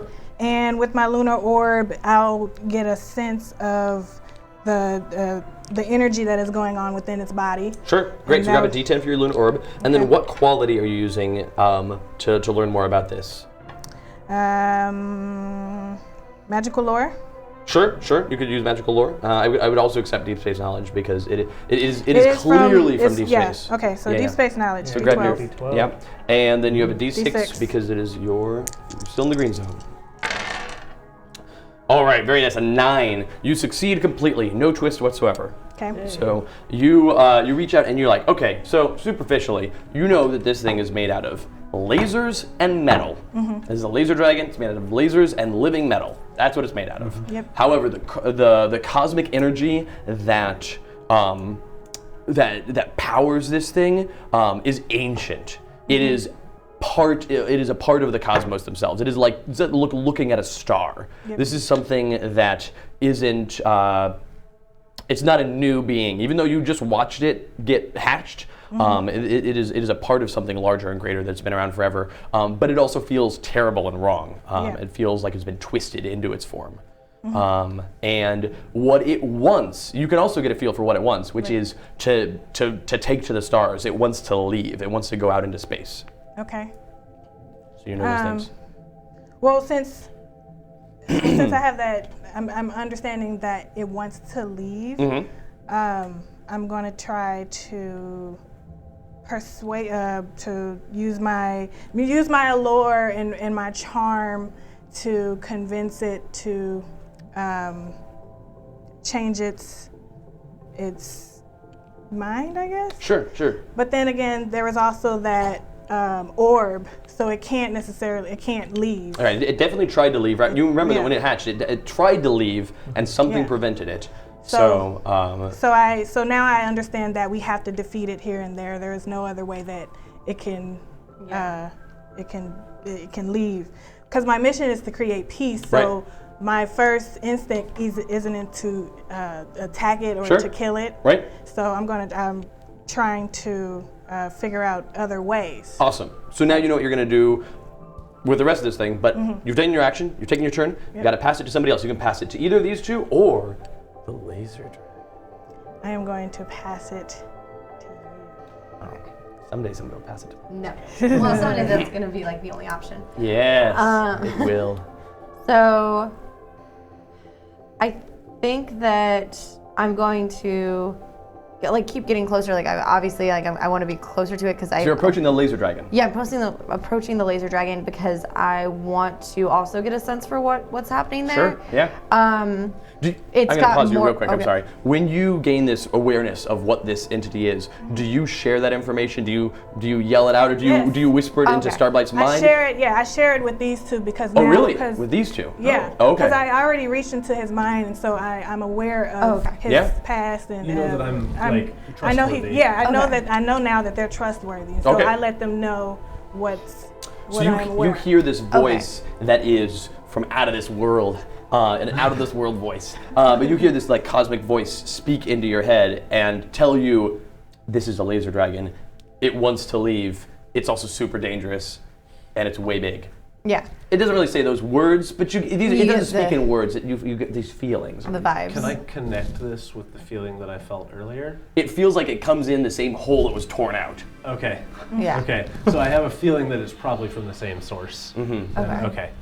I think actually then I'm gonna try and go up to the border because I can feel that magic around there, and Yeah. I want to know what that is. Okay, so you're ignoring the laser dragon and you're going to the edge of that. Yeah, something's keeping it in there. Right. I want to know who and why. So I think that this might be. Well, no, it's not. Hang on. I was trying to because it's an overcome, right? Well, so I want guess- you to describe to me what you're trying to do. I want to here. go up and so I think that if I can touch the barrier, that I will get a sense of where it's coming from more You directly. are so correct. Yeah. So correct that I don't have any need to ask you anything. You are a magical person. Okay. You're just very magic. You walk up and you're like, there was some sort of barrier that I could feel this circle, and there was some sort of ceiling that stopped this dragon, and you're just gonna like reach out and you touch it, and you can grab a handful of it. It's not anything that could stop you or anything, but you could now that you know what you're looking for, you can feel it. And as you touch it, you feel the whole circle of it, and you know the dimensions of it, and you know what is powering it. You Okay. don't need to roll for that. You just know. What is powering it? Oh, I'm not gonna tell you. Oh, okay, cool, great. So I guess. No, I got you. At 3 different points in this zone, in this circle, there's this whole dome of energy, and it is created by these 3 sigils in these 3 different points at the far extreme ranges of this zone. You're right now about halfway between 2 of them, and then there's another one that's opposite of you in this circle. Does this make sense? We're all Yeah. picturing what I'm laying down here. Great. And so you feel that there's these three points that are creating, that are emanating this magical zone, this magical barrier. Okay. I guess that's. I mean, can I then take the action to go and look at one of them because I want to know? You know that they are powering this thing, Yeah. and you know where they are. Okay. And one of them is within a short jaunt from you, and you can just go there. Okay, I want to go for it. there and I Yes. want to look at the sigil and see if I recognize it from anything. I have questions for you now. Okay. There are 3 arcane sigils at various points around this field that are at the far edge of this circle that are creating this dome. And as you approach the one that is closest to you, is there anything in this area? And I don't mean magical, I don't mean weird, I mean like, what is in this part of the world? You're approaching it. Is there? I'm asking you. Yeah, what I'm do I asking think it you, looks like? Maggie. Not necessarily you, your character, but you, Maggie. What is Violet Heart seeing? Is there a bus stop there? No. Is there, Yeah, this is out in the middle of nowhere. There's no bus stop. Sure. It's kind of. I mean, I think there's probably like a slight crater that's Okay. been formed from the egg being there. Whatever Sure. presence it put off, probably also more so from when it hatched.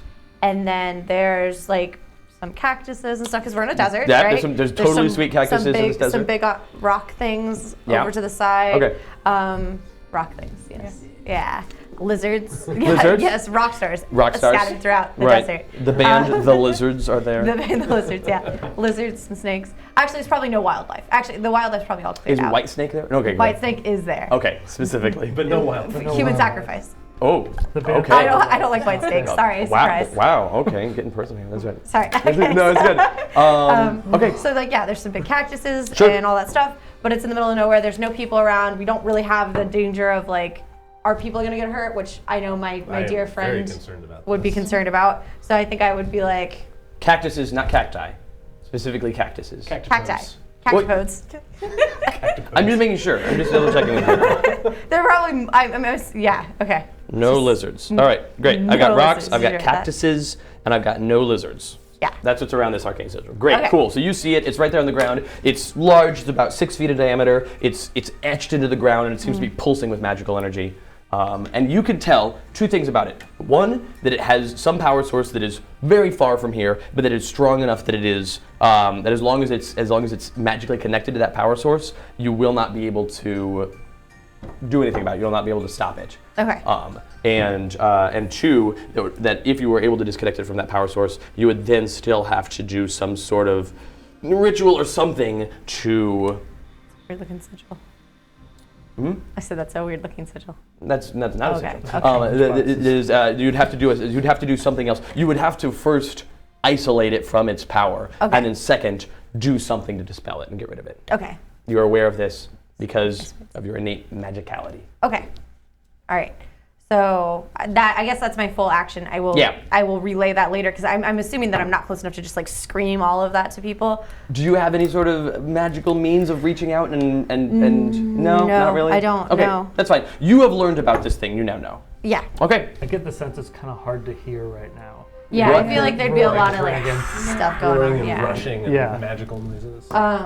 So I'm gonna pass it to. It's Craig's the only person left, right? And the Or laser the laser dragon, dragon. and also at this point, so just so you know, Yeah. whenever we're in a situation like this, you can pass it to any of my actors here. These are all Oh. actors, or you can pass it to or a player. So the 4 of you are all actors that can be passed to. Each of these things is an actor that can be passed to. I'm gonna pass it to one of them, Okay. if you don't mind. That way, maybe you can Like, learn a little bit more before you do. The only thing Uh-huh. that, like, I don't want to get too ahead of myself here. The only thing that you might consider is that you know that I am a defender type character, and it might be good to let me get in a position where I can defend. Yeah. I just thought maybe you'd want to learn more about what was going on first. I'm but- gonna let you make that because that's a fine idea as well. Okay. Like, I'm gonna there's- go with it. Okay. I'm rocking that one. All right, sure. So Adam, you are the one, because of where you are up and flying. I mean, you had to land, but still, you were the one furthest out. This is the one that's furthest from the entry points you guys came into. What's around this magic sigil here? This arcane sigil that's on the ground. It's far enough where you can see it. You can see that area. It's not a thing that you yourself are paying attention to. You haven't gone through the same magical journey that she has. But you scanned that part of the countryside. Did you see anything notable over there? Was there anything that makes this stand out? Like that part of the ground over there? This one, there's some spiny rocks, like rock spires Sure. near there. It's almost in a circle of them. There's like a almost completed, more than a semicircle, but not yet a full circle of rock spires around it. Pseudo circle. Yeah, Cool. Spiny rock spires in a pseudo circle. yeah. Sounds great. That's great. And so you pass it to that one, and while I have this here, go ahead and put this thing on it. Don't worry about that. And also,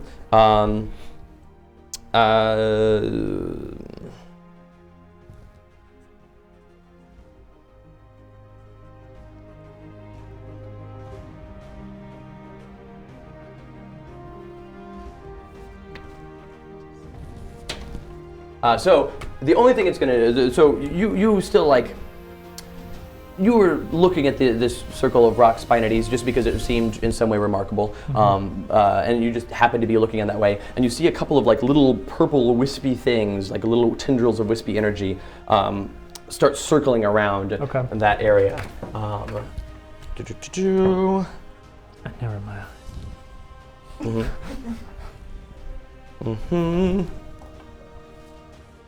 Maggie, there are now sigil wisps right next to you as well.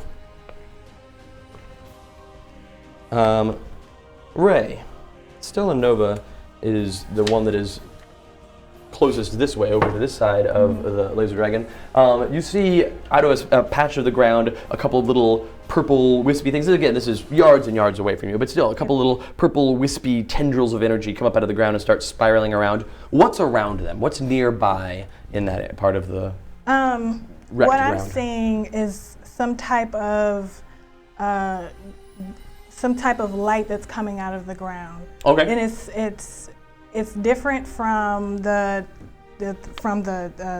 desert and the rocks and the wispy things. Okay. And it's kind of, it looks as though it's beeping. Okay. Sure. And there's some type of green glow that's underneath Sure. the sigil. Green pulsing light is over there. Love it. I mean, I don't love it. Green but, pulsing light is almost never good. Right. No. All right. Very cool. So yeah. Green. So the various there's various. So you're the one that gets the closest look at them. There's a couple of these little wispy tendrils that come up out of the ground, and they seem like just like ribbons, like wispy tendrils of energy. But as they come up out of the ground, they kind of like turn and look at you, and you get this feeling that they are like focused on you, and they head over to you, and then one of them. Before you can even react, you're like, okay, these are weird, and then one of them, in the blink of an eye, at the speed of light, just flies all the way through you as fast as it can, and you feel like it's taken something from you in the process, and you feel drained. No. It did a terrible job at its roll, though. It has hindered you, but only to a -1, and that is not a persistent thing. It's just the next time you take an action, your effect die is reduced by 1. Okay. The other one doesn't fly through super fast. One flew through super fast. The other one actually reaches out and it like just barely touches you. And that slight bare touch, is painful. Is painful. Where it touches you, you feel your skin like burn and crack. And it hurts you for 2 hit points, 2 health. So your max health is 30, so you 28 here. You have to make the lead come out of the pencil first. Listen. All right. Okay. Wisps, wisps, wisps. They've all gone. Laser Dragon. It's the Laser Dragon's turn. It's cool that I was able to get in there and defend before all this happened. Listen. So the Laser Dragon had flown up to the top of the roof of this place. And is looking, and upon connecting with it, it turns around and it looks at all of you. And you get a sense that it's blaming you for this. That's legit. Yeah, right. And it as it wraps its wings around itself and creates this shield of energy, it flies towards you. And does this no, you know what? It's gonna it's I don't like the sound of this. yeah, right. Yeah, we're gonna do this thing. It flies towards you, and it opens its maw wide and snaps you up and eats you, and you die. No. It does open its maw wide and it snaps you and it snaps at you. Let's see how it does here. Maybe I can go inside of it and. It's gonna use its power of flight. It's going to use its quality of imposing. So this one, and it's going to use its D12 status die. No, you're gonna die. I mean, no. I didn't actually get a chance to get to know you yet. No, it just attacks with its max. You don't care yet. It's not a big deal. 9. It does 9 damage to you. Yikes, okay. You can take 9 damage of a mouth chomping shut on you. A huge mouth though. Like this is like a whale eating krill. Okay, like none of the teeth hit you, and the teeth are all big enough they don't even seem that sharp. Still very dangerous though, as it chomps you. Boy, that hurt. And it swallows you whole, and the only action you're able to take on your next turn is an overcome check to somehow get free. Wow. Okay. Just normal action. And with that, it's going to pass it to the scene tracker, because it's the only thing that hasn't yet gone. And the scene tracker is going to pass it to Dynamo. Yeah. On the scene tracker's turn, the scene tracker advances 1. The scene has been, in some way, this much action has happened. Yeah. Okay. All right. So, I saw you, like, something happened to you, and you recoil when that thing hits you, and I'm like, nope. You coil again. Yeah, you coil again and again. Right. And Coils. yeah, that's an ability you have, I think, right? No, I'm gonna. That bothers me because I know you. So I'm gonna run over to you and get into defensive mode. And so I'm actually using my Wall of Steel ability. I can defend using my power suit, and then I can defend another target with my min die. Nice. So I'm taking a defend action. Sure. So what power do you have to use? you have to use my power suit, Okay. which is fine. I already snapped those plates into place. Chunk, yeah. And I'm focusing mainly on the wisps, the sigil wisps that Yeah. are close by. That's a good and name for that's them. that's close combat. I have the close combat quality. Sure, you're in your stance. Yeah. What's that? Nice. Yeah. I've got my D6 for that, and I'm still in my green status, so I get another D10. Okay. So, go. Ooh. All right, so my mid die is going to be a 4. All right. So the next time you would be dealt damage, you reduce it by 4. Yep. And then I'm defending you with my min die, which is a 2. And a defense lasts until the start of your next round. Yes. So if you don't use it by the time you start your next round, and if you don't get hit in that time, Right. it just goes away. But Yep. still, Do you care if I use that's fine. That's great. It's your card to do what you will with it. Sure. Okay. So with that, Dynamo, you're the end of the round, so you can pass it to anyone. Everyone is up again as a potential actor for the next scene. What do you want to do All right. with these various things? You can pass it to any of them if you want to. You can pass it to any of my friends here. You can pass it You to can, these you wisps can make the or laser this dragon thing. digest. Right. Yeah. Yeah. It can roll a grapple check with its stomach. No, I'm kidding. Stella Nova, I think I'm going to pass it to you Okay. with the hopes, well, I'm going to pass it to you. Yeah. Like, I have words I could say, but I don't exactly have these communication abilities That's fine. with you. We're not there yet. So I saw the dragon devour my Starblight. my Yeah. Starblight, right? Yeah. The dragon just kind of went, and it wasn't like this big, scary, dangerous thing. The dragon just kind of flew and went, gone. Yeah. Gone. You can still feel that he exists inside that dragon. I can still I can feel- still sense that he's trying to figure out like how to get out and where his surroundings are, how to bust through. Right. I don't want to put words in your brain, but you feel real bad. Yeah. Like this is not what you wanted. Yeah. When I woke up this morning, Right. this is not on my list, my to-do list. All right, so Stella Nova, what are you gonna do? So my goal is to try to free him or to get him out. Sure. I'm going to try to attack it Okay. using my lunar beam. Sure. Attack using my orb. Ignore all penalties on this attack. Ignore any defense actions. Sure. So I am going to use my cosmic energy to create this this energy within my Well, ball. it says that you need to use lunar orb, which means you have to use lunar orb. Okay. Whenever Okay. whenever an ability says attack using blank, it means you Yeah. must use that power or quality. Okay. So you can still pick your quality, but your power is dictated by the ability. Okay, so I'm gonna use my lunar orb, Right. and then I am going to use my. Well, and your lunar orb's a D10, so grab a D10. Okay. And then which quality are you using to make this attack? I am going to use my deep space knowledge. Sure. You're like, look, I know how things from space work. I'm gonna attack in a way that makes sense here. And you're in the green zone, which is a D6. So you've got those 3 dice.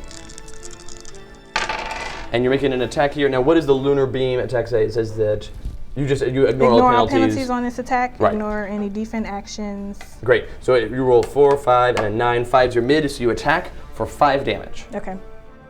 A thing happens. So you attack this laser dragon, you raise your orb up, and you channel your energy into it, and you fire this beam of energy against this laser dragon. And it does not turn, it does not react, it has got its wings wrapped around itself in this shield of energy, and the laser, the beam of energy you're firing, like, it doesn't deflect off of the laser, it just kind of hits it and ceases to exist. It's just gone. Okay. And the dragon does not react in any way. Well, now that I know that my attacks aren't gonna affect it, because all of my energy is put into this orb. So I am going to pass it, and I'm going to pass it, and I'm going to send you some signals to say that I've tried to free you with my beam. No good. I'm letting you know that he's wrapped within himself. Okay. So, All right. So I'm in this thing's maw Yes. right now. His mother. You're past its maw. I pass its maw. Yeah. Okay. Yeah. Bullet. I what mean, is if you want to like scramble up into the maw, you probably could. If What are the surroundings look like? so like weirdly. Is it fleshy inside at all? No, It's all just metal. Well, I mean, like yes and yes. Okay. It's all fleshy metal. Okay. It's kind of what you'd expect if you were inside of a giant animal, except everything is made out of metal. Okay. Still slimy. Okay. Still slimy. Slimy metal. Do I see any vitals around? You see something that might be an organ of some sort. It's made of metal, but you see some pulsing things and you see some writhing things. And this metal, it doesn't seem like, oh, well, that's made of cables. No. It's just like living metal. Okay. I don't want to screw around in here any longer than that. It's reasonable. Yeah.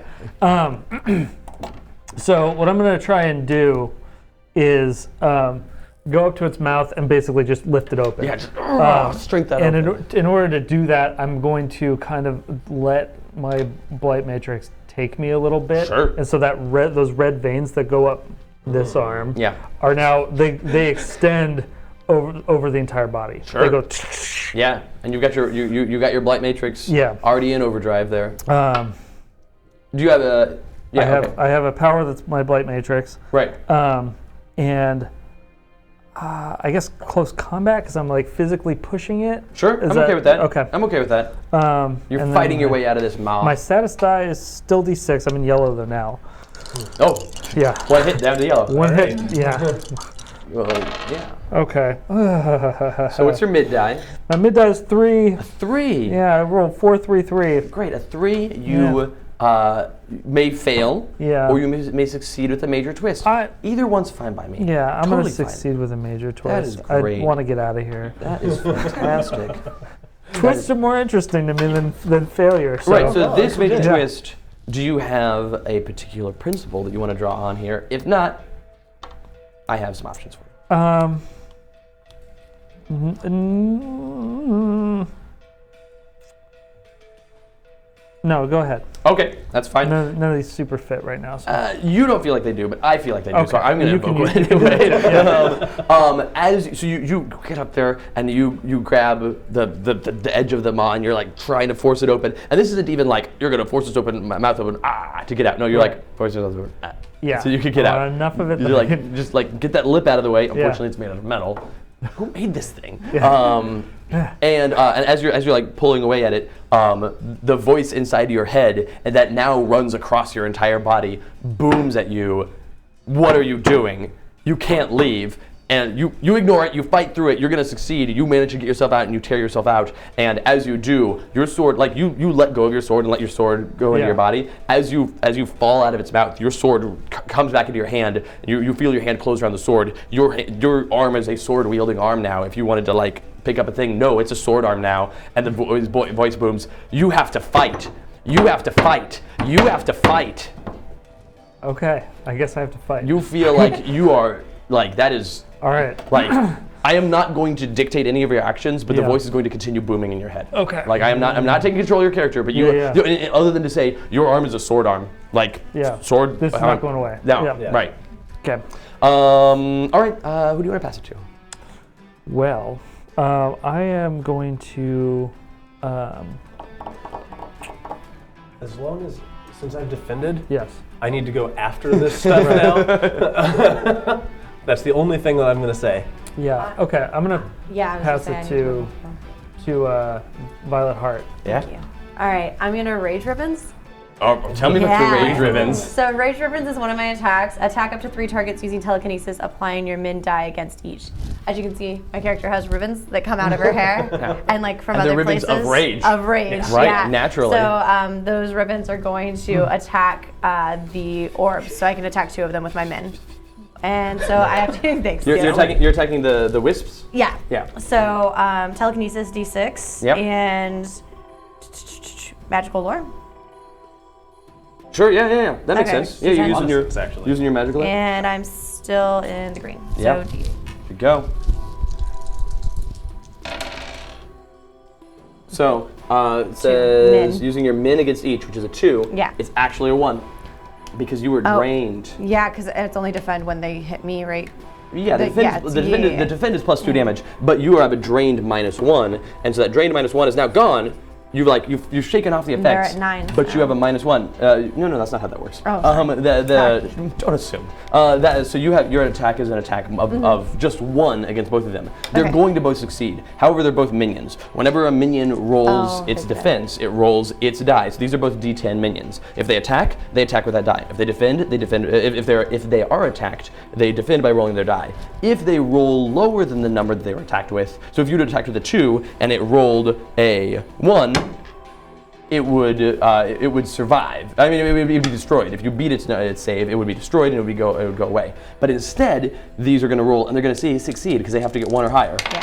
It rolls a 6 and a 6. Oh my gosh, that's fantastic. They both succeed on their minion saves. However, you are a hero. When a hero attacks a minion doesn't get away scot-free. You're definitely going to succeed at your attack. Therefore, these are both degraded 1. They get hit by your rage ribbons, they take damage from your rage ribbons, and they're both no longer D10 minions, they're both D8 minions, which means now in the future when they attack, they have their dice. It doesn't affect your numbers at all. I realized that. Okay. Yeah, they're not attacking you. They're just defending things. So they in the future now when they're attacked, they are worse at saves and they're also worse at attacks. Okay. So you did a good thing. You reduced both those 2 minions to die size. Okay. And you're no longer trained. And you still have your defend +2 until start of Craig's turn. Yep. Who do you want to pass it to?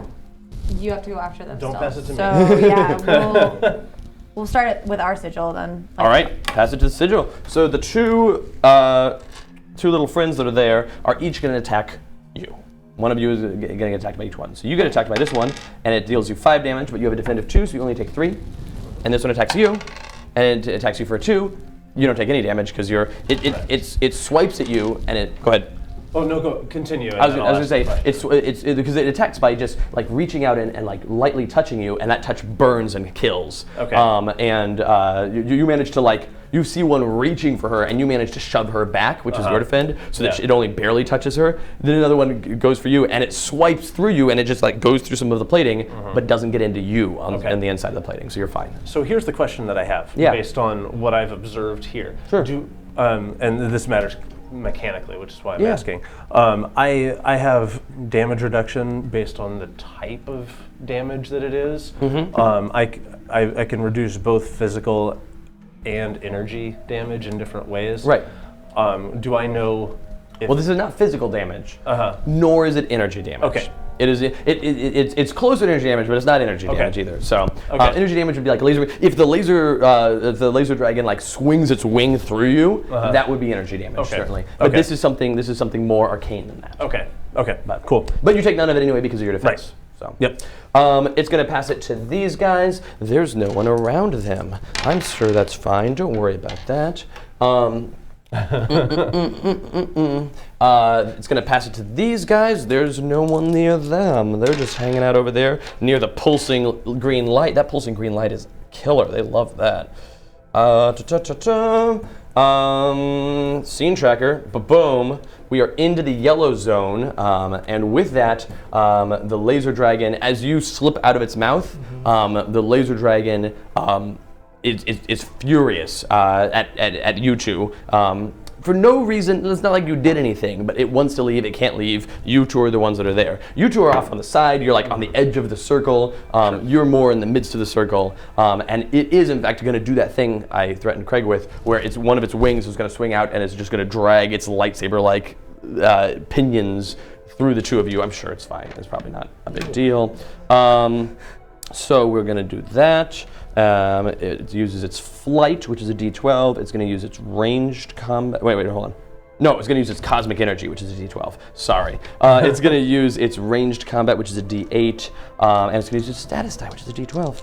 And it's going to attack all with its max, which is a 5. So you both take 5 damage. It's not that bad. Its mid is also a 5, and it will hinder each of you using its mid die. So you are both...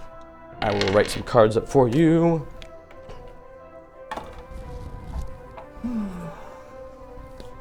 As the wing slices through you, you don't feel it cut you, but you feel it cut through the synapses of your body, and it leaves you shaken and stunned. That's what I want. Yeah, that's what you got. And that is the laser dragon's turn. So it will now, by necessity, pass it to the anchor, Dynamo. Okay. So I'm going to take advantage of the fact that it's reeling from not being able to actually deal me any damage, and I'm going to step in with a charged punch and like aim one of the wisps. That's great. It's gonna electrified fist coming at it, and so I'm going to attack using my strength. Yep. It ignores all penalties on this attack.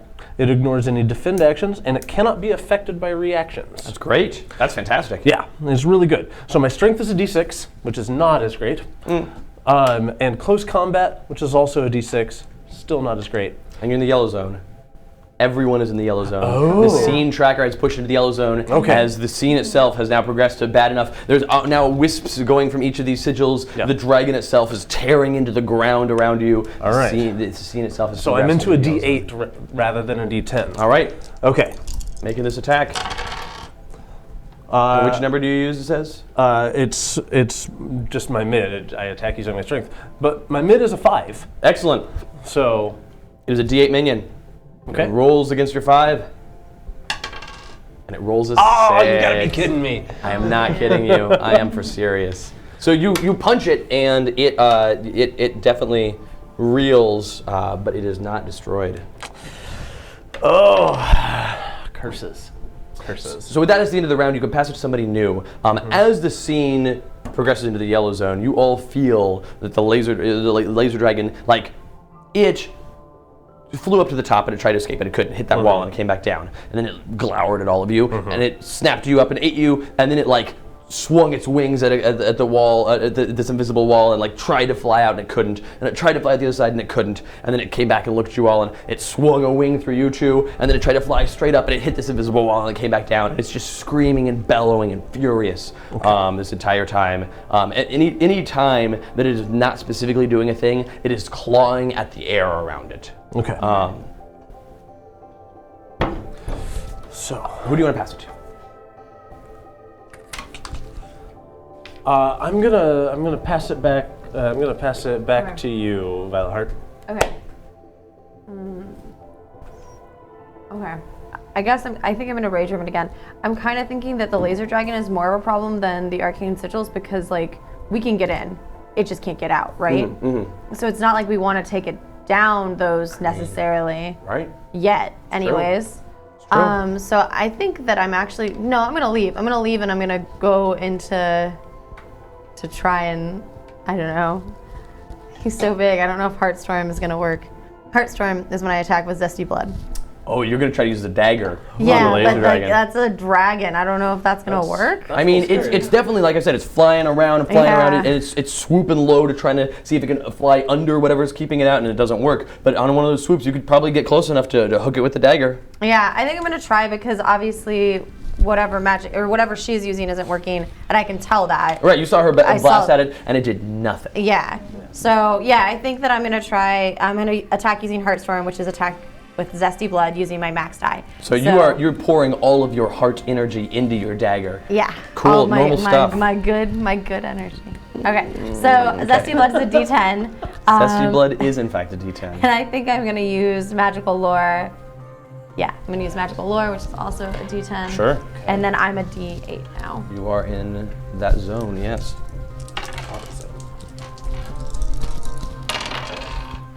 Okay. Max is a 5. Max is a 5. Okay. So you stab at it with a 5. And as your dagger hits it, you feel all of the energy of your heart and all of the energy of the blade just stop. Like, not that your heart stops, but you feel like you're just like, I'm putting all this energy into here, and nothing, there's nothing there. It's just like, nothing. The dagger stops dripping blood. No, it can't. It stops dripping blood. It stops dripping, not forever, but it stops dripping blood. And then as you pull it away from the dragon, it kind of like wells up again and starts dripping again. And the dragon does not react. The dragon, it was swooping by, you stabbed at it, nothing happened. Nothing. Well, all right, I guess I'm passing it. You want to do it again? Same thing? Same thing? Yeah. Okay. Who do you want to pass it to? I'm going to pass it to Starblight. Okay, so I have my voice screaming in my head to attack this thing. You must fight! Yeah, so I'm going to attack it. Rules question real quick. Rules question answered. When I have an innate ability, That means it is always constantly true. Always. Always. Okay, so I can use it with another attack also. With an action. Yeah. So what innate ability? Oh, never mind. I'll just look at it. Let's see. You have when you attack an enemy that is a penalty on you, ignore that penalty for the attack and gain a bonus equal to the penalty for that attack. This is exactly the situation. That's what I want. So you that -2 stunned, like now a +2. You're like that goes through the blight matrix and gives you a bonus. Yep. So yeah, I'm gonna attack the dragon, but I'm going to use Blightstorm. So we used a Heartstorm. That didn't work. Right. You're thinking a Blightstorm is what's it? Yeah, but what I'm gonna do with that is I'm totally good with the thing you're about to say. I love I'm going to this. swing and attack the dragon with the sword. Right. And it's going to release blight energy and attack one of these minions over here. So what in my mind, what I'm seeing here is that you heft the sword up. Yeah. That you're feeling stunned and like shocked by the laser going through you, Right. and you feel the blight matrix kind of take that energy and harness it all down into your arm, and you go from being stunned to being like over the top invigorated. Yeah, extreme. You drive the arm extreme. Yeah. You drive your arm down with the sword, and as you cut with that sword, a wide beam of energy leaves the blade, passes through the dragon, and then goes on to cut through two of these, because you have 2 bonuses. You can cut through 2 of these sigils. I'm good with either of these 2. Do you have a preference between either of these 2? I figure you probably are facing these ones probably, but like if you're telling me otherwise. The 2 I'm facing, Yeah. So probably hit they're these working 2. on that one. So, Yep. Okay, cool. yeah. So you hit those 2.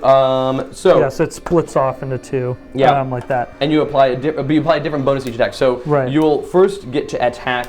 I attack using Starblight, so that's a D8. And that's definitely close combat, so it's a D10 and D6 because we are in yellow. Yep. And roll it all. My mid is a 5. So your mid's a 5, and your bonus is, so the effect of this here, because it lets you apply, you attack an extra target for each bonus you have, and you apply a different bonus to each attack. Yes. You have 1 extra. Yeah. So you have a you 7 have the attack to against, 1 and a 6 to another. So you have your first says attack using Starblight. Yes, that's what this is. Right, and then mid attack, the mid that is going against the laser dragon, and you have your bonuses on it. So you have a +3. Okay. Right. So that's an 8. That's an 8 against the laser dragon. And then the other ones one of them gets 7, one of them gets 6. Yes. Okay. All right, and that makes sense. We get this beam of energy. So I'm going to talk in reverse chronological order. Okay. The dust settles, and the dust settles. But right before the dust settles, the beam touches the second of the 2 wisps, slicing into it and destroying it. Before that, a slightly larger beam had touched the larger of the 2 wisps and sliced into it, which did not destroy it, but dissipated a lot of its energy.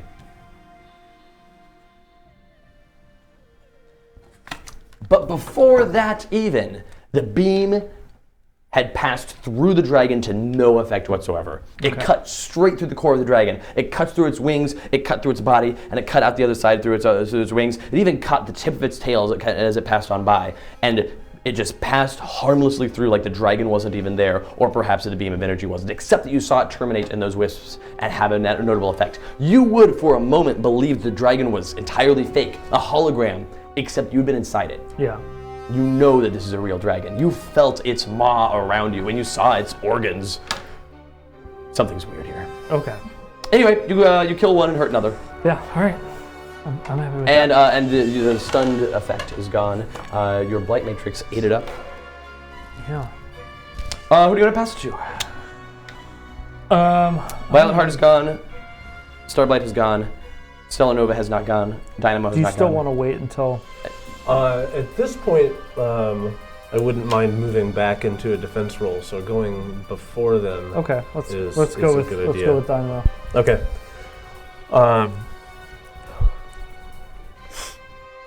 The dragon turns, screeches, and tears at the invisible air around you. Go ahead. Yeah. I'm gonna do another. I'm gonna do myself another wall of steel, and defend you again. So, I again interpose myself.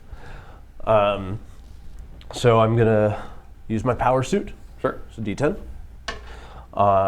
And I'm using close combat again, and I'm in the yellow zone still.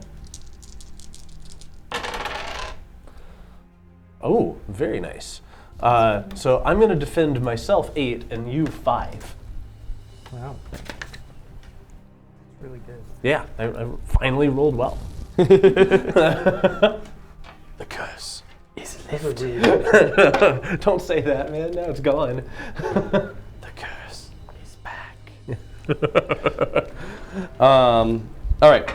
Very cool. So you defended yourself. You defended Violet Heart. Who do you want to pass it to? Do you feel strong Yeah, I have an idea of what. thing? Okay, go for it.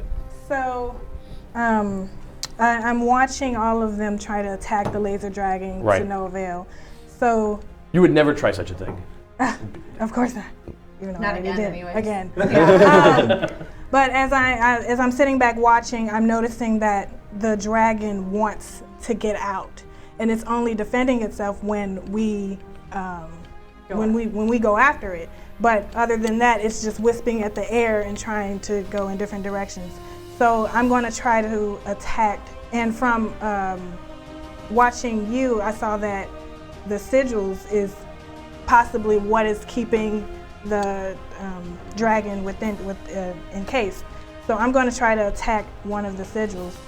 So I'm not going to let you attack the sigil. Okay. I mean, I would let you attack the sigil to no effect. You could destroy some ground around the sigil. It wouldn't hurt the sigil. But you have an understanding enough here, and you know what's going on with the magical energy and everything, that you're like, oh, what I need to do, what constitutes an attack on the sigil is I need to overcome. I need to pull in the magical energy here and separate these sigils from the source of power. You can focus on them and get this is a similar sort of understanding to what Violet Heart did when she focused on the sigils. She gained this knowledge. You're like, I'm going to destroy the sigil. Hold on, wait. No, me trying to destroy the sigil will do nothing. Instead, I must separate the sigil from its power source, and then those sigils could be dispelled. Okay. So if you want to make an overcome check to try to separate the sigils from whatever it is, wherever it is that's powering them, that would be a great start. And I don't know that either of your principles really apply here. I think this is I just. don't think so either. Yeah, that's fine. That's fine. You got an overcome check. You can just use a power, quality, status. Okay. So what is your power? What power are you using to try to isolate the magical energies of these sigils? I want to use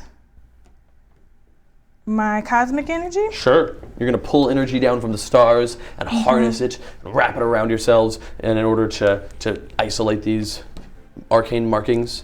And then which of your qualities fits this? I'm going to use my deep space knowledge about the compounds and things that make up. I'm not gonna agree with you there. The deep space knowledge, these are entirely terrestrial. These are earthly magics that were made on Earth that has nothing to do with deep space. I'm totally good with magical lore because they're made out of magic, but these are not. They're housing a space thing. They're housing this laser dragon. That's almost incidental. They were not you can tell that they weren't crafted even with space in mind. Okay. So, but magical lore would work. Or I mean, I could see cases for most of the other ones, just not the deep space knowledge in this case. Okay, magical lore. Yeah. All right. And then you're in the yellow zone right now, because everyone is. Unless if you're in the red zone. All right, so 10 is your max, 5 is your mid. And your mid is your result for this overcome. So you succeed, but with a minor twist. Okay. Do you happen to have a minor twist here from your principle of either the future or of the indestructible? And these are questions that you can either ask yourself and answer to create a minor twist, or if you're not really sure, you can ask that question out loud, and me or someone else at the table could oh, hey, here's some cool ideas. So you can either craft this minor twist yourself, or you can reach out for input from others. Okay. What unintended ripple did your actions have? So I tried to get into the sigil and try to move things around, when actually I. Just like how the planets realigned, I have that ability to turn things and shape things around. So I created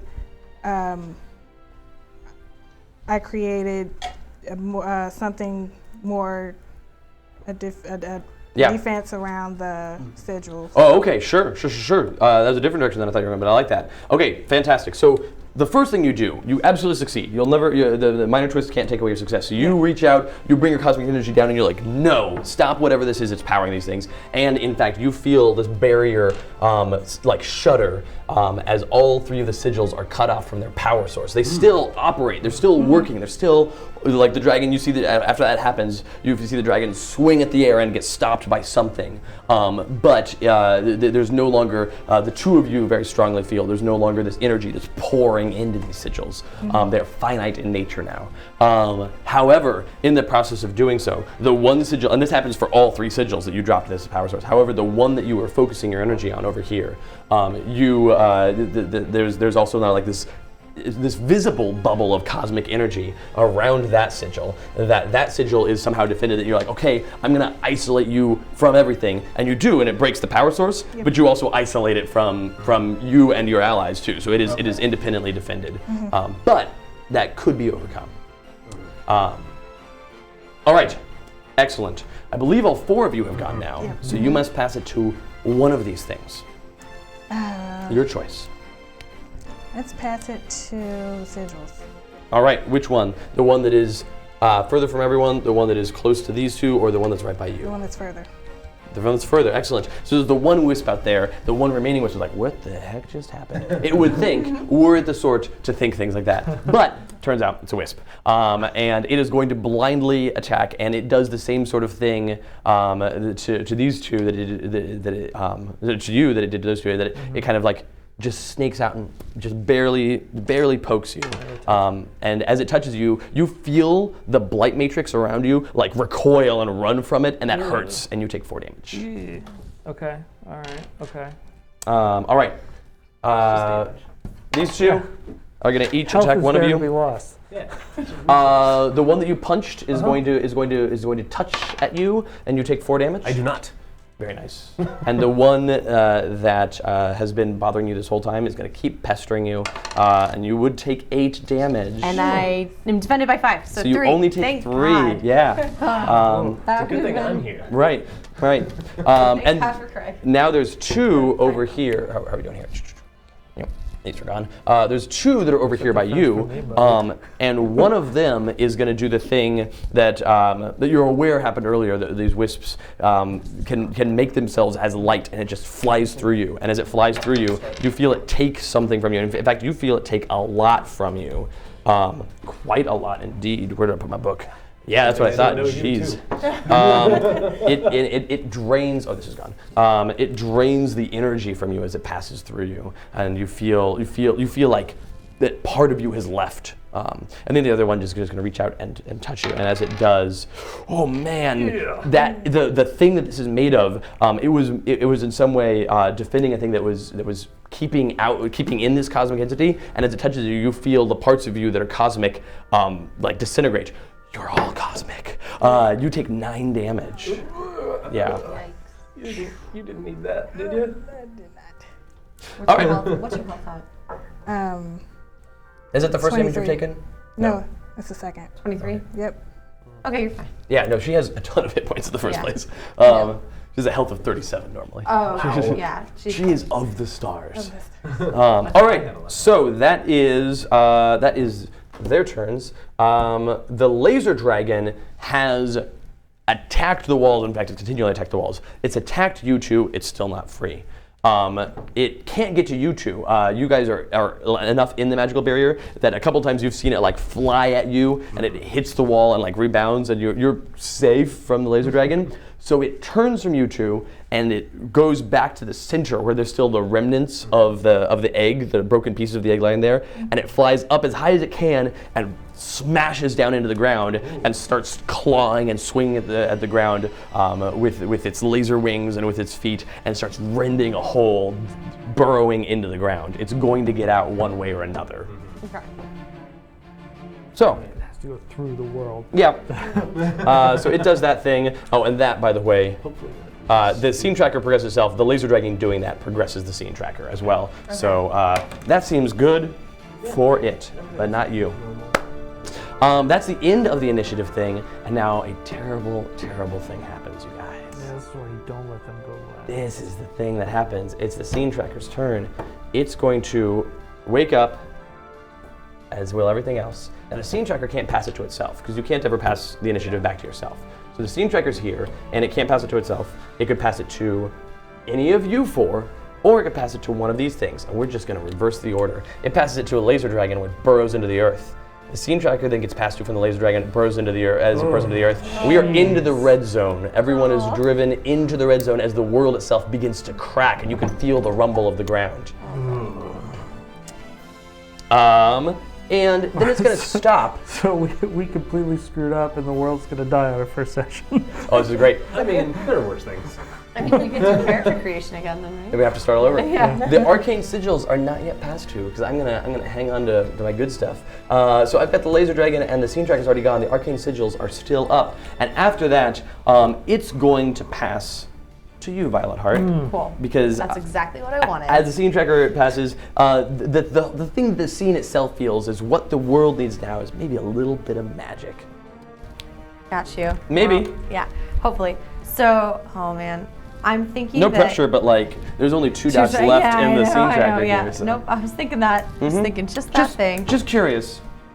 Okay, so I'm thinking that I'm gonna go for the sigil and try and attack it, like overcome it. Try to dispel, because dispel so it. now all Yeah. the sigils, like those of you that have investigated the sigils before, it's not, there's no way to stop or dispel these sigils while they're being powered. They're no longer being powered that way. Anyone with any sort of magical knowledge or any sort of ability to manipulate energy could probably disrupt or dispel one of these sigils. That's an overcome still, right? It is an overcome, Okay. yes. Does this one make sense then? Principle of exorcism, overcome entities or elements from another dimension and use your max die. Oh, definitely. You and each of your allies gain a hero point. Yes, in fact, a hero point, plain principles. This is the first time that somebody's used a principle from their, wow, all right, do I'm it. on it, Do all it, right. well, let's see if you do, maybe. All right, so it doesn't tell me It does what not. anything to use, so Right. I think I'm gonna use, it doesn't make sense to use wall crawling here, does It sure it? doesn't. I thought maybe not, but who knew? I think telekinesis, maybe I'm trying to like physically like, Well, sure. yeah. Yeah, that makes sense. Okay, so that's a D6. I'm really, yeah, sure, yeah. What would you want me to use? So it's surprising to me that you're going to use your telekinesis to disrupt the circle rather than touching this extremely magical artifact you hold to the circle to disrupt. That's true. I guess I could like use if you Zesty want Blood. Yeah, I wasn't thinking of Zesty Blood like that. I'm sorry. You're right. I'm gonna use Zesty Blood just to drip some of the blood drip from the some dagger blood. onto the thing. Yeah. And Yeah. Okay. Zesty Blood and then magical lore. Yep. And then I'm at a D10. You're at a D10. Everybody's in the red zone, and you get to use your max die. Oh yeah. So let's say you roll a 12. No, you rolled a 9. I rolled a 9. You rolled a 9, it succeeds, good. no problem. Yeah. You dispel this one, and as you do so, the two wisps that are near you explode into energy. Boom. And this arcane sigil is destroyed, it's gone. Heckin' awesome. You feel the whole circle kind of pulse with energy, but it's still, you can also still feel it thrumming around you. Okay. Who do you want to pass it to? Nobody else has magic, but they can overcome it without. She has magic. Yeah. I mean, yeah. He is made of cosmic energy in some ways, and he can manipulate energy with his suit in some ways. So So you just got to make your decision what you want to do here. All right, Ray. Take it over. Take it over. It's all you. Okay, cool. So I'm going to try to overcome one of the sigils, and I don't have my overcomes. Don't. Yeah, you don't have a apply specific to principle that applies to this, but Yep. so you've got the. Are you going to go over to the other sigil, or are you going to deal with the sigil that you created the cosmic bubble around? I'm going to go for the one I created. All right, and do remember that you have a fix your -3 Okay. to your effect die because you were drained by that wisp. So Okay. it'll just come into effect on whatever you roll. All right. All right, so you're going to overcome the sigil. Yeah. Yeah, So I'm going to use my cosmic energy Love and it. my magical lore. sure. And you're into the D10. red zone now. Roll 3 10s. 3 10s. That one is on the corner. Roll that again. I wish you'd roll differently. Yeah, 10. You got 1 10. That's your max. You got a 3, which is your min, and you got a 4, which is your mid. You get a -3 to that, puts it at a 1. Okay. You no longer feel drained, but a 1 isn't a failure. Or rather, it's not always a failure. You can choose to succeed, but with a major twist.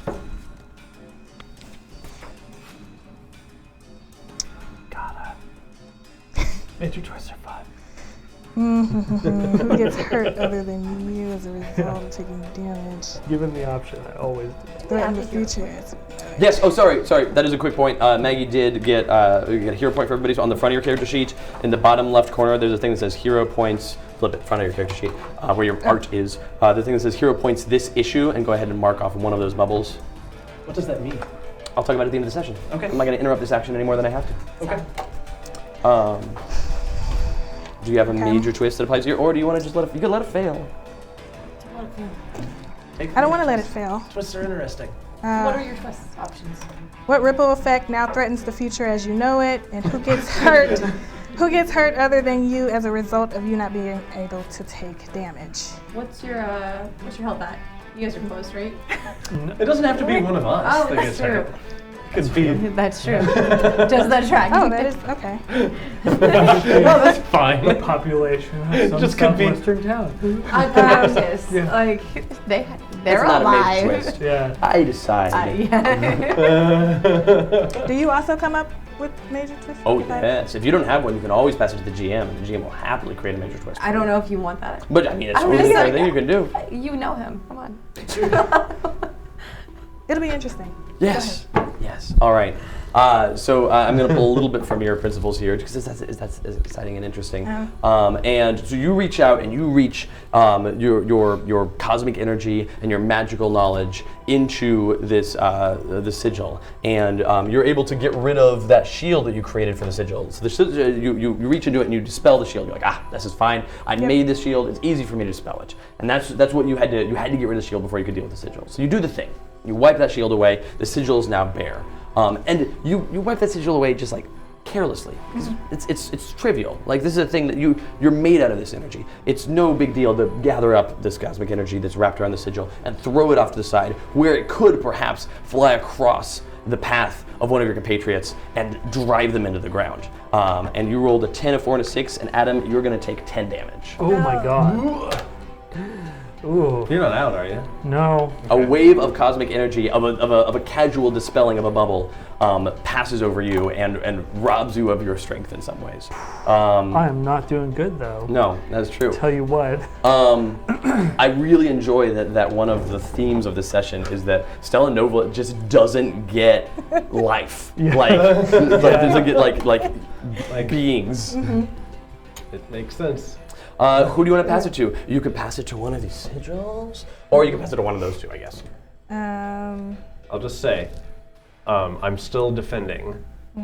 So like, if you but if you let the laser dragon and the scene tracker get another turn, well, there are 2 dots left on the scene tracker, Yeah. and the laser dragon has been tearing into the ground, which is Yeah. advancing the scene tracker. If the scene goes to out, but the laser dragon is not going to get to go again before I get to go. sure. I'm just saying if the arcane sigils go before me, I'll still be defending. But I'm not actually anywhere near those things, so it might not matter. I also have a plan, so whatever you want to do is fine.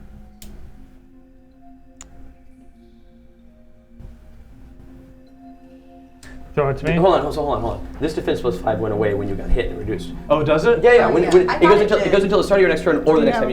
Oh, you just said that was started my next Yeah, turn. sorry. earlier. So I'm like, I was confused as how you were still defending. I was trying to keep it through. Yeah. You're not still defending. Okay. Sometimes there are defense abilities that say this lasts until the start of your next turn, but defense applies to the next thing that happens to you. Okay.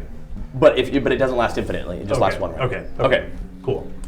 So Do whatever you want. Plan if you want to pass it to me, but don't feel like you need to, because I've got things I can do either way. I'm gonna pass it to Starblight. Okay. How you feeling, champ? Not great. Killer. I'm not feeling good. Tiger?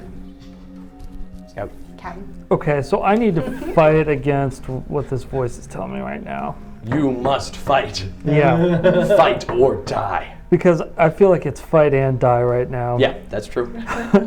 Can you overcome your inner demons, Adam? Oh, also your we'll character, see. Starblight. Can Starblight overcome? Right. Different question. Yeah. Roll to overcome inner demons. So I'm wondering if this applies. If I go and take my sword Yeah. and stab it into the arcane sigil, Sure. and drag it around like this. Yeah. Just And make a try and mess. disrupt it. Right. Yeah. Yeah. Does that count as using a simple tool to solve a complex situation?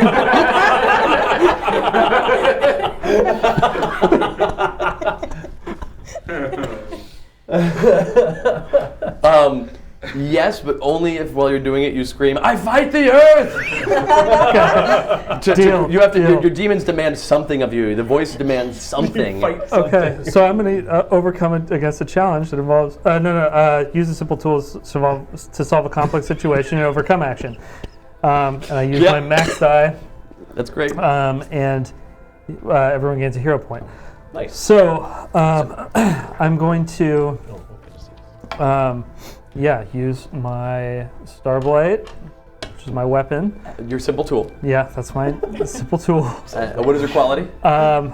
Probably close combat. Sure, you're fighting the I'm Earth. just You're gonna go to fighting town on the Earth. this Earth, and then my status die is D8 because you're in the red D8 because zone. I'm definitely. And you in have a the +1. Your Blight Matrix will absolutely help you fight the Earth here. red. Yeah. All right. The max die. My max die is a 9, So you get a 10. so I have a 10. Yep. Absolutely. You wrap that around in there, and as you do, one of the sigil wisps comes like sailing in hard and fast. It's like, Yeah. oh shoot, oh shoot, oh shoot, oh shoot. And it seems panicked. It gets in there, and as you drag the sword through the sigil, the sword passes through the sigil wisp. The energy from the sigil wisp bursts down into the sigil, and the whole thing explodes. Nice. So destroyed. The only sigil that remains is the one that seems innately powered by this pulsing green light that's coming out of the ground. Yeah. And there's also a dragon that's. All right. You feel. So I do that. You feel the whole the circle pulse, but also you two that are more in tune can still feel the circle alive. It's dim, but it's still alive, and you feel a deep and unsettling rumbling coming from beneath you in the earth. So I'm like panting on my sword, about to fall over. Also, Yeah. it's like, hey, middle guy, you got this. All right. So I'm going to ask a question. This is out there. Yeah. This is out there. Are you asking this question? I'm just curious. I am asking okay, this just making question. sure. So, in the late 19th century, Hermeticism was like really popular, especially among the more classy crowd. Yeah, right. Like interest in the occult. Oh yeah. And secret societies and that sort of thing. Yeah. And is it conceivable that as one of the academic elite of the time, that I might have had some sort of contact with that? In fact, you have. No, Okay. you have. There were cultists that were in Philadelphia, where you were, that contacted you. Actually, they came to you hoping that you could build a device for them, a device to reach into the other world. Okay. And you worked with them because you were like, I don't know that I should do this thing, but I could learn so much. Okay. So you never finished your plans. You were still in the process of making those plans, and you'd drawn up plans, and you'd worked with them, and you're like, you still had this thing last minute. You're like, yes. Last minute, I will back out of this deal. Last minute, I won't make this thing happen. Okay. But you never got the chance to fully bring it to fruition because instead you were teleported through time. So, I do have some knowledge of this sort of thing then. Of course. And so using Naturally. my principle of the time travel, Right. I can overcome a problem using knowledge from my home era and use my max die, and everyone will get a hero point. And make sure everybody marks the hero yeah. point that Adam gave y'all. So y'all have a second hero point. Yeah. There you go. So, using that knowledge, steel cables whip out from my suit. Whoosh, and they land on this arcane sigil. So you run over here to where Stella Nova is. Yeah. And they electrify and they sear into the ground. Right. Changing the sigil and grounding it out. Oh, so you were like, I'm going to change the nature of the sigil. Yes. It was a sigil that was made to house this thing, and I'm going to change it and dispel it. Yes. I love it. Roll for it. I'm gonna roll I this. genuinely hope that you roll poorly. I never wish that on anybody, but I have such a great major twist. Like, I'm so excited. But roll your dice. All right. So this is coming from my suit. My suit is powering this. Of course. But I'm using history instead of technology or You're in the red anything. zone there. I'm in the red zone. All right. But I'm going to use my max. Max die. So, My max die is an 8. It is an 8. You succeed completely with no twists What whatsoever. a disappointment. You get It's so it. sad. You get it. I'm going to tell you. I'm going to pause right now and tell you. Yes, please. I want to hear Because this. We crafted together this story Uh-huh. about the arcane knowledge you had, and you're like, great, I'm going to throw this cable in here and change it. Absolutely, you just would have summoned a bunch of undead up out of the ground. Because you're like, I made this sigil into the thing that I know how to deal with. And it's like, I've contacted the other world. Oh, jeez. But gone, solved. Yeah. And sure enough, And everybody gets a hero point. and everybody gets a hero point. You all have 3 hero points now. That's exciting. yeah. So with that, with the final pulse, this pulse it tears through you all, drives you all to your knees, doesn't hurt any of you, but still you feel it pulse through you, and you also feel it pulse through the ground, and you're not the only ones that do. Yeah. A mighty roar shakes the ground, and with a scream, the laser dragon bursts up out of the ground, flies up into the air, and within a matter of seconds, the purple light that is emanating from it is not even visible as it passes out off beyond the stars. I'm sure this won't come back to haunt us. No. Come back? No. And the laser dragon's gone. It's gone. Yeah. I'll just take this card and I won't tear it up and I'll put it in this drawer for no reason. Yeah. Nothing ever bad could happen from this. But you did it. You did it. We unleashed And we an met unspeakable each other. horror on the universe. On the universe, the whole universe. That's true. Big round of great. applause. Success. So, questions for all of you. Yeah. You are standing. You are fallen over, Yeah. holding a sword that is halfway into the ground. Your hand still does not want to let go of the sword. That sword is still like, no, it's a part of me. And there's a voice in your head that says, you could still fight. And you're over there doing that thing. You are over here, this other sigil that you've just. Didn't I go over to Ray's sigil? Didn't I help her with her sigil at some point? I'm sorry. I thought you were working on this sigil, and then she and Yeah, I don't Craig think- took care of that Okay. sigil. Yeah. You're over by this other sigil that you dispelled and that you took care of because you're good at magic stuff. You touched your dagger to it, poof, and that's you're standing over here. The two of you two, are standing over by the sigil that you ultimately were able to be the one that disconnected all the sigils from the power source. You put a shield around it. You got rid of that shield, and then he came in and solved the final sigil. The two of you are the closest two to each other, and also you are aware, you're the one that reached into his mind, and so you know more things about him, but also you are aware that she's the one that took from you to start this whole thing off. Go for it, talk to amongst yourselves, let me know if you need anything. I'm gonna go get water. Now that this is done, I would like back what you've taken from me. I am happy to give you what I have taken. But under my breath, what he does not know is that I will keep a piece of it. So I will always have something to know about him, to hold over him. Nice. All right, okay, sure. Good. It says that in the back of my mind. So you feel the hole in your consciousness repaired. Oh. You feel less like something has been ripped from you forcibly. Yeah. But you also still feel you've got a leash on him, and you don't have I'm not privy to that. you don't have the ability to you're not but- playing that scale.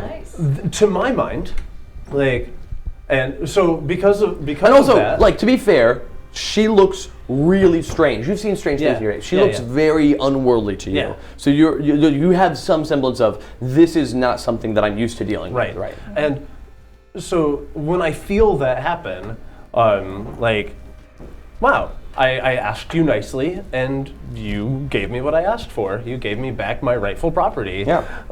And to my mind, that makes you an honorable being.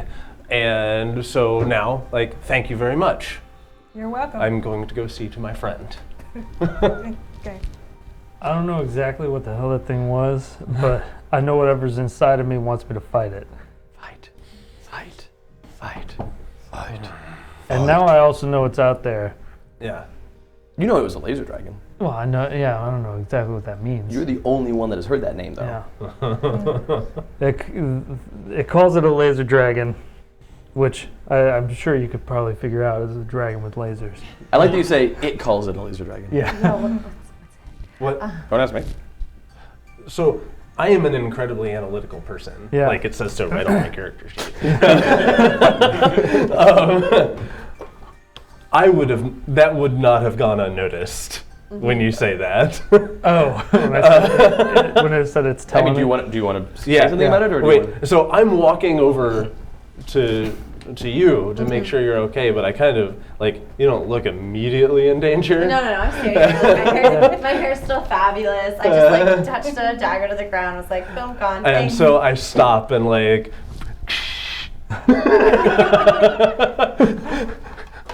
What is it? It's a long story.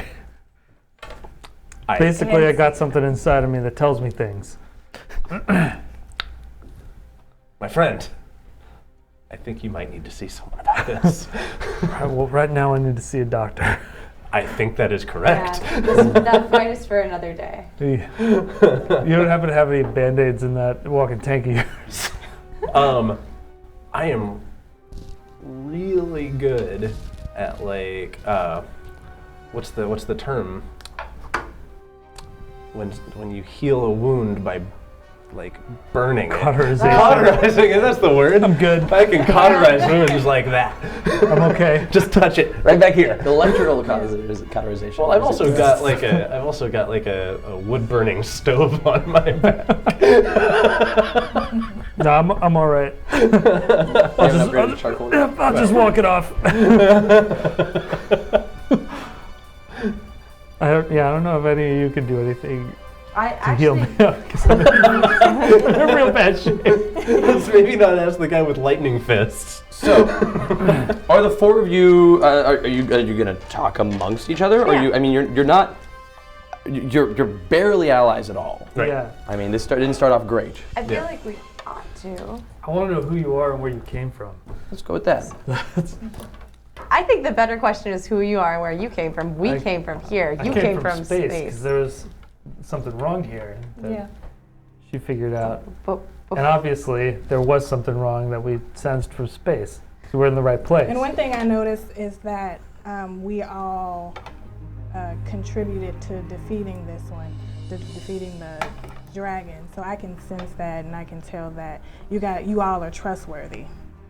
okay. So I think we all like meet in the middle here. We're all like standing around, right? You gonna start stabbing? Stabbing, just stabbing left and right. Just coming swinging. No. No. I sit down because a little seat pops out from the seat of my suit. Since we're talking, tea, anyone? Did you actually offer tea? Yeah, I will happily offer Do you drink tea tea? to anyone. No, I'm okay. Oh, I don't do glass of tea. You know how much I love my tea. I don't know what tea is. Would you like to try Just it? like hot leaf juice. Hot leaf juice. All right. So Drink tea in space. so you have two of you have already asked the others who you are and where you're from, and no one has made any moves to introduce themselves. Is this a thing that space people or Earth people do as introductions, or no? It's fine. I mean, you do you. You're very proper. This is politeness, and I've like offered you tea, and so it makes sense that I would then also offer my name. Friends, I am Dynamo, and I was the one who originally detected this anomaly here and summoned our friend. I'm Violet Hart. I have some magical abilities about me, so I could feel that magical force field, and I can tell that you probably could feel it too. Yeah. And yeah, I noticed that you fight in a very different way. What was that ball of light you used? It was my lunar beam. So I was created out of the stars, and I depend a lot on the planets and the sun and the moon. And so my mission is to keep order and peace within the planets. Yeah, you don't get used to that. I've heard her say that a bunch of times. I'm Starblight. I've been traveling around with her, around space. I'm actually from Earth originally, but I am as well. cool. I am enough. Right, good enough. Yeah, I feel like we need to do something about this. Yeah. Perhaps we should return to my lab. Yes. and track this thing. So the two of you both very strongly feel. You are the ones that are able to feel the arcane sigils more than others, and know the various things about them. You're also aware that the first thing that you had to do to get rid of any of these sigils was isolate them from their power source. I think we need to figure out what that power source was. You can very strongly feel that power source is relatively nearby from both of your senses of scale. That it's a ways, it's miles to the south of here, but there is still the remnants, the wisps of power trailing off to the south from what had originally powered this. Yeah, I feel like we both have that sense of where the power source is coming from, so we all can join him in his lab and try to figure out. I'm wondering if we that's should just going. go back to the plane, heal that guy up a bit, and go to the south more. I mean, I don't know if we need to I don't know if we need your lab for what we're gonna do next, right? Although, like, it's not a big deal. We can take my jet anywhere. You go back to know where this was coming from? Well, there's got to be some equipment on my plane for you, right? Yeah, Or- so, like, if, depending on, do we know approximately how far away it is? Or do we just know it's to the south? You know, it's many miles to the south, but not thousands of miles to the south. Okay. Okay. So, Not even hundreds of miles to the south. okay, that definitely answers my question. If I have ample research time, that I can do something spectacular. But this is not ample research time. This is like, look at a thing, and that's about it. Okay. I mean, I can possibly help us hone in on some things with various equipment, but like, yeah, that's fine. So back to the plane to heal, or back to the lab to do Let's not go back to the lab. lab? Okay. We're already down here. Plane sounds good. Though if we go back to my lab, I can analyze that chronal energy. That You sounds just like need to something calm down. that we're not talking about right now. Listen, fella, I know that you're really into it, but I gained some interesting data that I'm very excited to analyze.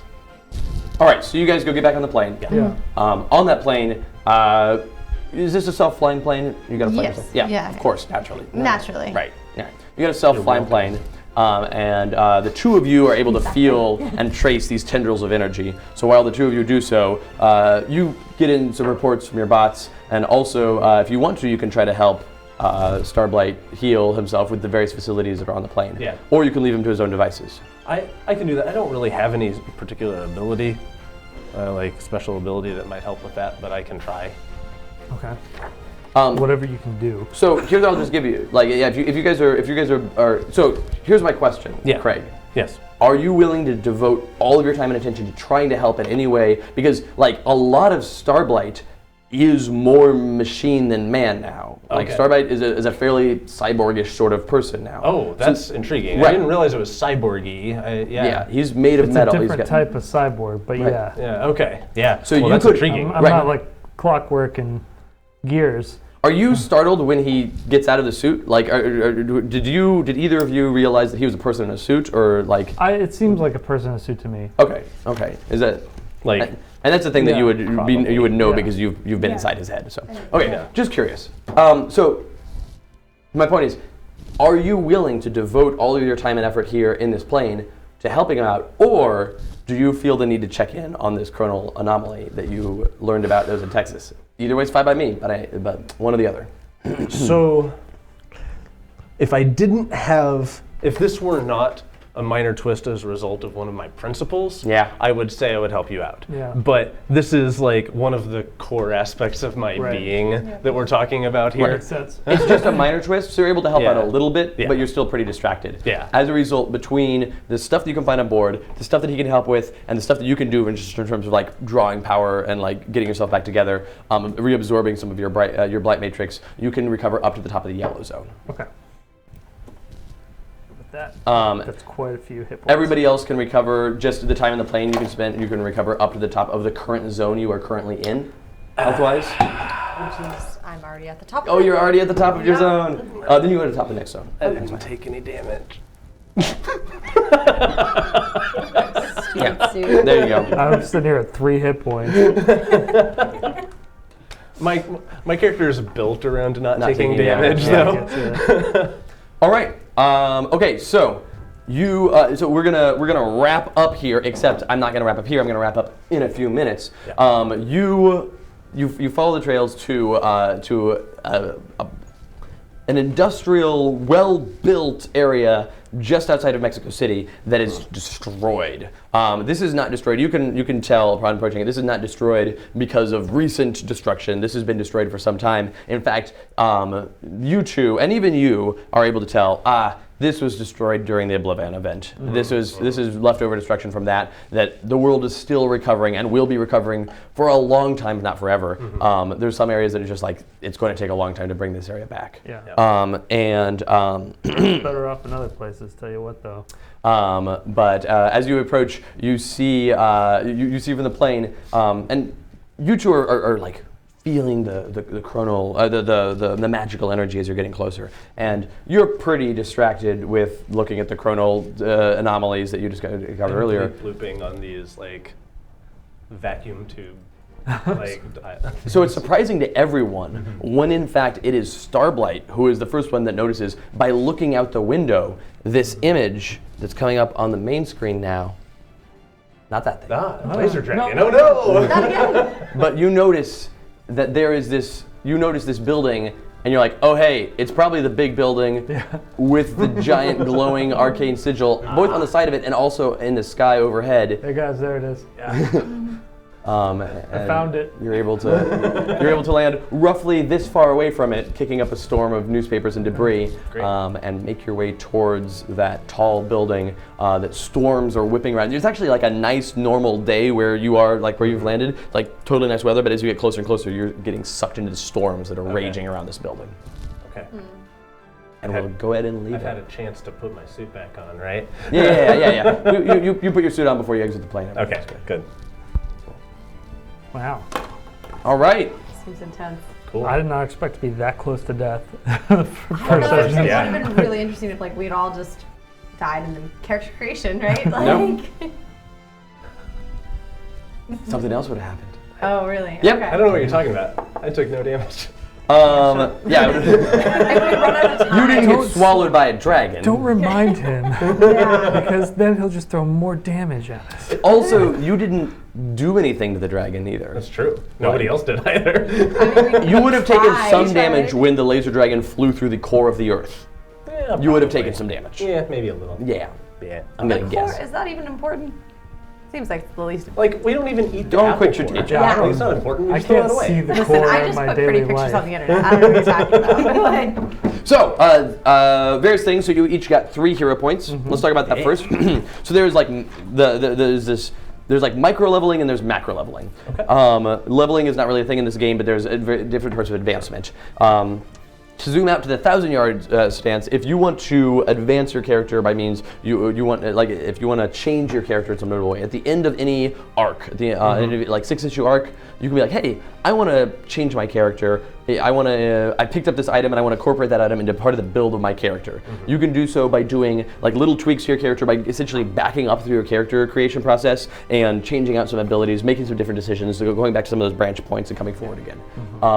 However, if you want to completely, you're like, okay, as a result of this, I want to completely rework my character. I've lost zesty blood, but I've gained this new artifact, and it makes me not even this thing anymore. I'm just some other thing, and like whatever. You can just rebuild your exact same character, but keep your collected trades as part of your thing. Okay. So you start the character creation process over and rebuild your character. If you want to do like minor cosmetic changes to your character, you can just do those. You're like, oh, my hair is brown instead of blonde now. Great, fine. Those are all the like things you do between arcs. Yeah.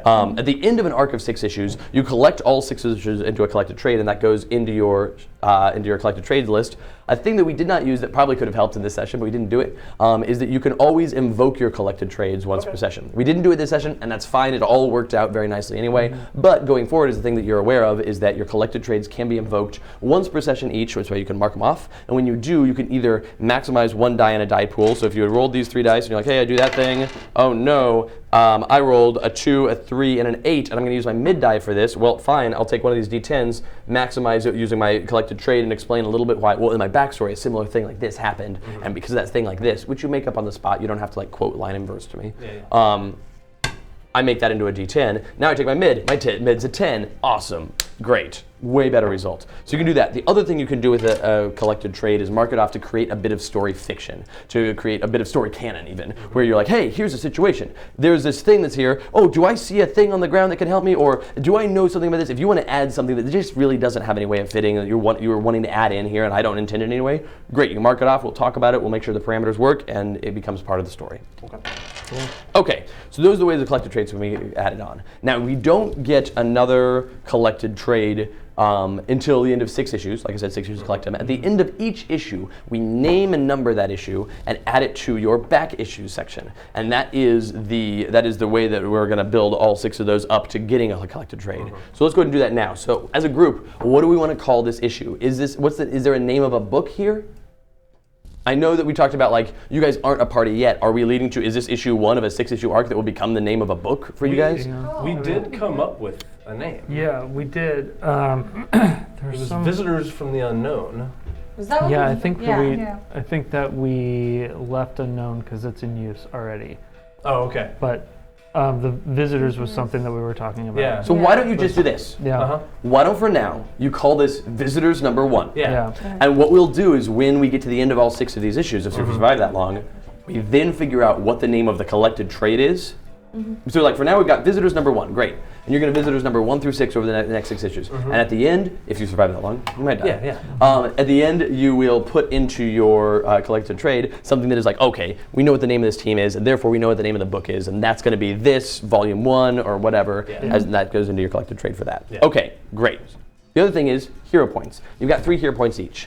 You don't need to spend them now, but you do need to spend them at the beginning, by the beginning of the next session. We'll do it at the beginning of the next session. We'll start next session by saying, hey, is there anything from last session that you gained that you want to bring with you in some way? And you could say, you know what, I've got these 3 points. I'm going to gain 3 + 1 bonuses that I'm going to add here, and I will invoke them at various times to pull them out. You don't have to name and define them now. You can say, I'm going to gain a +2 and 1 + 1, or I'm going to gain 1 + 3. You only have 3 points, so you can't possibly gain a +4 because they cost 1 to 1 on those. And you put them in there and you invoke them when they would come up. You're like, oh, well, because of last issue, I've got this +1 on this, or this +2 or this +3. If you'd picked up an item, if you're like, oh my gosh, I've got this great like sword that I picked up in one of these places and I want to keep it with me going forward, great, we'll call it a +2 sword. You spend a +2 bonus on it each turn, you still have your +2 sword. And then maybe at the end of those 6 issues, you're like, okay, now I want to choose whether I'm going to incorporate the sword. All 5 of those hero points every session. You want to try to, yeah. So you want to, in general, want to play to your principles. But this was a great first session. You guys did a great job. You managed to save it right in the nick of time. Good somatic pacing. Good waiting to the last minute to save it. I'm glad you intentionally did that thing. Very intentional. That was for you. Yeah, I appreciate it. It wasn't for us. And for you. Right, that's right. It's for those people watching at home. Viewers at home. You're welcome. I have some various questions for you guys. Most importantly to me, I have a question for Ray. That was the first time you'd ever played a role-playing game ever? It was the second. The second time? Yeah. The first time was Oh when. yeah, you played Star Wars. Yeah. Oh, okay. This is your first time was- playing the Sentinel Comics role-playing game? Yeah. It was also your first time playing? No, you've played once I before. played before. Okay. And you played, but the most recent time you played was 2 years ago when the system was different. Yeah, Right. I played multiple times. Oh, By okay. now. I was the one that explained it at convention, that at Origins, because I was the only one that had played it most recently. That was So you two have probably played it similarly. I've demoed it Right. probably half dozen times. Okay, yeah. And then you played it once many years ago, and you've never played it before. What did you think? A lot of thinking. Yeah. Like a lot of detail coming up with my story, my background. You did a really good Which- job incorporating like your story into all the things you're doing. You Yeah. like, if anything, and I'm not complaining. If anything, you like over described. You're like, okay, I'm going to do this thing, and here, let me Well, tell you all the ways I'm that's going to do the thing. I'm great, like, that's 'cause- Yeah. awesome. Yeah, I loved it. It was like, this is great. Every time That's I good to did know. Ray's turn, I knew I was going to get something good. I'm like, okay, just give me something to work with here. It's going to be fantastic. Yeah. So yeah, awesome. Did you have fun? I did. Good. All right. Did anybody not have fun? who's fired. All right, that's great. Awesome. Paul, do we have any questions from the chat? Anything notable here? Let's see. Oh, yeah, sure. So yeah, if you have any questions, chat, we'll take, I should have mentioned this before starting the advancement, so we'd be queued up, but whatever. We'll take questions for a minute or two before heading off, but we want to wrap it up pretty quick. Do any of the four of you have any questions for me about how this went, about anything? I will say, I really enjoyed, I feel like this system definitely encourages roleplay. Yeah. Like, I never felt the desire to do what I do in a lot of games, which is like, well, I've got this sword. Like, I guess I'll do my best thing. I guess I'll swing my sword again. Right. Like, there was definitely an emphasis on like playing to my character, playing to my strengths. And it's both that the mechanics themselves for the abilities and the inherence and the reaction stuff are secondary to the story you're crafting, but also that the system is incentivizing you to craft that story, to play that story. Exactly. So, yeah. Cool. Well, I think that it helps that the order of operations is figure out what you do and then figure out how you do it. Yeah, absolutely. Describe the thing you're doing, and then let's figure out how that mechanically happens. Right. Yes. Not just pick your set of ability, whatever. Like, I mean, I could have easily just gone, I use my power suit and technology for every roll, because those are both D10s. Right. But like, that doesn't always make sense. Yeah, right. Yeah, and like there was that one time where I feel bad that I was like, no, you can't use deep space knowledge, but it wasn't a deep space thing. So I like that you like can step in and do that, because when I played through the other one, I played through with Alex, who's another one of our employees, and he definitely had to be like, I don't think that makes much sense, and that helps me because I'm like, yeah, you're right. Like, okay, in the scenario that you're crafting, like you're helping me envision what's going on there too. With that. That's true. Yeah, someone in the stream described it as justify your actions. Justify your actions. So I do have one question here. Someone asked, they said they missed a little bit of the macro versus micro progression. There's the three stages of progression being you can rebuild your character in a different various numbers of ways between 6-issue arcs, between collections at any kind of like major story stopping point. You can rebuild your character using the character creation process. It describes that at the end of the character creation process, as you can see in the book. Just at home, open the book up and flip to there. Yeah, it's right there. I'm future-proofing this video for a year-ish from now. So there's that. You can the collected trades are progression because the number of collected trades you have is an amount of power you have. Like if you have 6 collected trades, 6 times a session, you can either create some fiction or maximize a die in a die pool. That's really good. Right. Yeah. And then the other one, the micro one, is the hero points, where you get these hero points. You have to spend them each turn. You're just going to bring forward little bonuses for them. They encourage you to play to your principles. They give you +1s, +2s, +3s here and there, and that's how those work. We also have someone who wants each one of you to answer what your favorite part of this session was. Oh yeah, cool. I'll start so you guys have a second to think about it. Yeah. My favorite part of the session, my absolute favorite part of the session, was the fact that I decided to switch the drive of the laser dragon at the same time as you guys goofed and let the bad guys take the end of the initiative. So like things were bad, but you were dealing with it. Bad, but you were dealing with it. Bad, but you were dealing with it. And then the laser dragon goes, I fly into the ground, and I spin my turn, and then the scene tracker's turn, and the scene tracker's turn, and my turn, taking us from the top of the yellow zone to the bottom of the red zone. And it goes from, okay, this is bad, but we're managing it. I'm not sure what to do, but we'll manage it, to, oh, we have to win now or we lose. And that pivotal switch of the pacing from like, okay, to, like, that was. I was just looking at. I'll pass it to you. Well, to elaborate on yours a little bit, I was just looking at something that was talking about the dynamics between tension and fear, and how tension is objective and fear is subjective. And so, like, you can't make us fear a laser dragon, but if you couple it with the tension of it burrowing into the earth, and it basically juxtaposes those two things and makes one into the other. I think it did an okay job of making you fear a laser dragon too. Well, yeah. You especially. My favorite part was holding its mouth open and the lines all over my body. And that was a cool moment. It was a good spotlight. We're gonna pass the I will pass it to Maggie. Okay. I think that I like that Ray and I had really like specifically powerful things to do in this episode, like issue with our magic and stuff like that. I loved using rage ribbons, and I like the way that I think that looks. Like, I really like that. Yeah. So you missed out on the chat, but there's already someone that's gotten rageribbons.tumblr.com. No, really? Yeah. No, it's a whole it thing cool? now. Yeah, it's a whole thing. Oh, Yes, I love it. I love it I am so not much. going to go back and read the entire chat No, for this. I put so all the the- part of me better. that's tempted. I put all of the key things in the Slack. Thank you. Thank Good. God. We can. People better Paul, enjoy that is a these big part of your job. No, it is. Is recapping the Slack, the chat sheet. So key Rage moments. Ribbons is someone's band. Oh, nice. Their first single was Secret Flesh Children. How much Biomancer nonsense was there in the chat? Oh, so much. Okay. Yeah, No, all the way down. I'm so happy. Great. Yeah. Love it. Wonderful. All right, who do you want to pass your rage ribbons to? Ray? Yeah, sure. I think my favorite part is more personal. Making my character, I didn't really I knew what I wanted her to be, but I didn't put everyththing together as far as her storyline. But as we got deeper into the adventure and everyone is incorporating their story and we're working together, like it made me feel more comfortable about where I wanted my character to go, which made me excited. Yeah. Yeah. It was super fun. Yeah. How did you feel about your character's humanity? I love it so much. She's so like- good.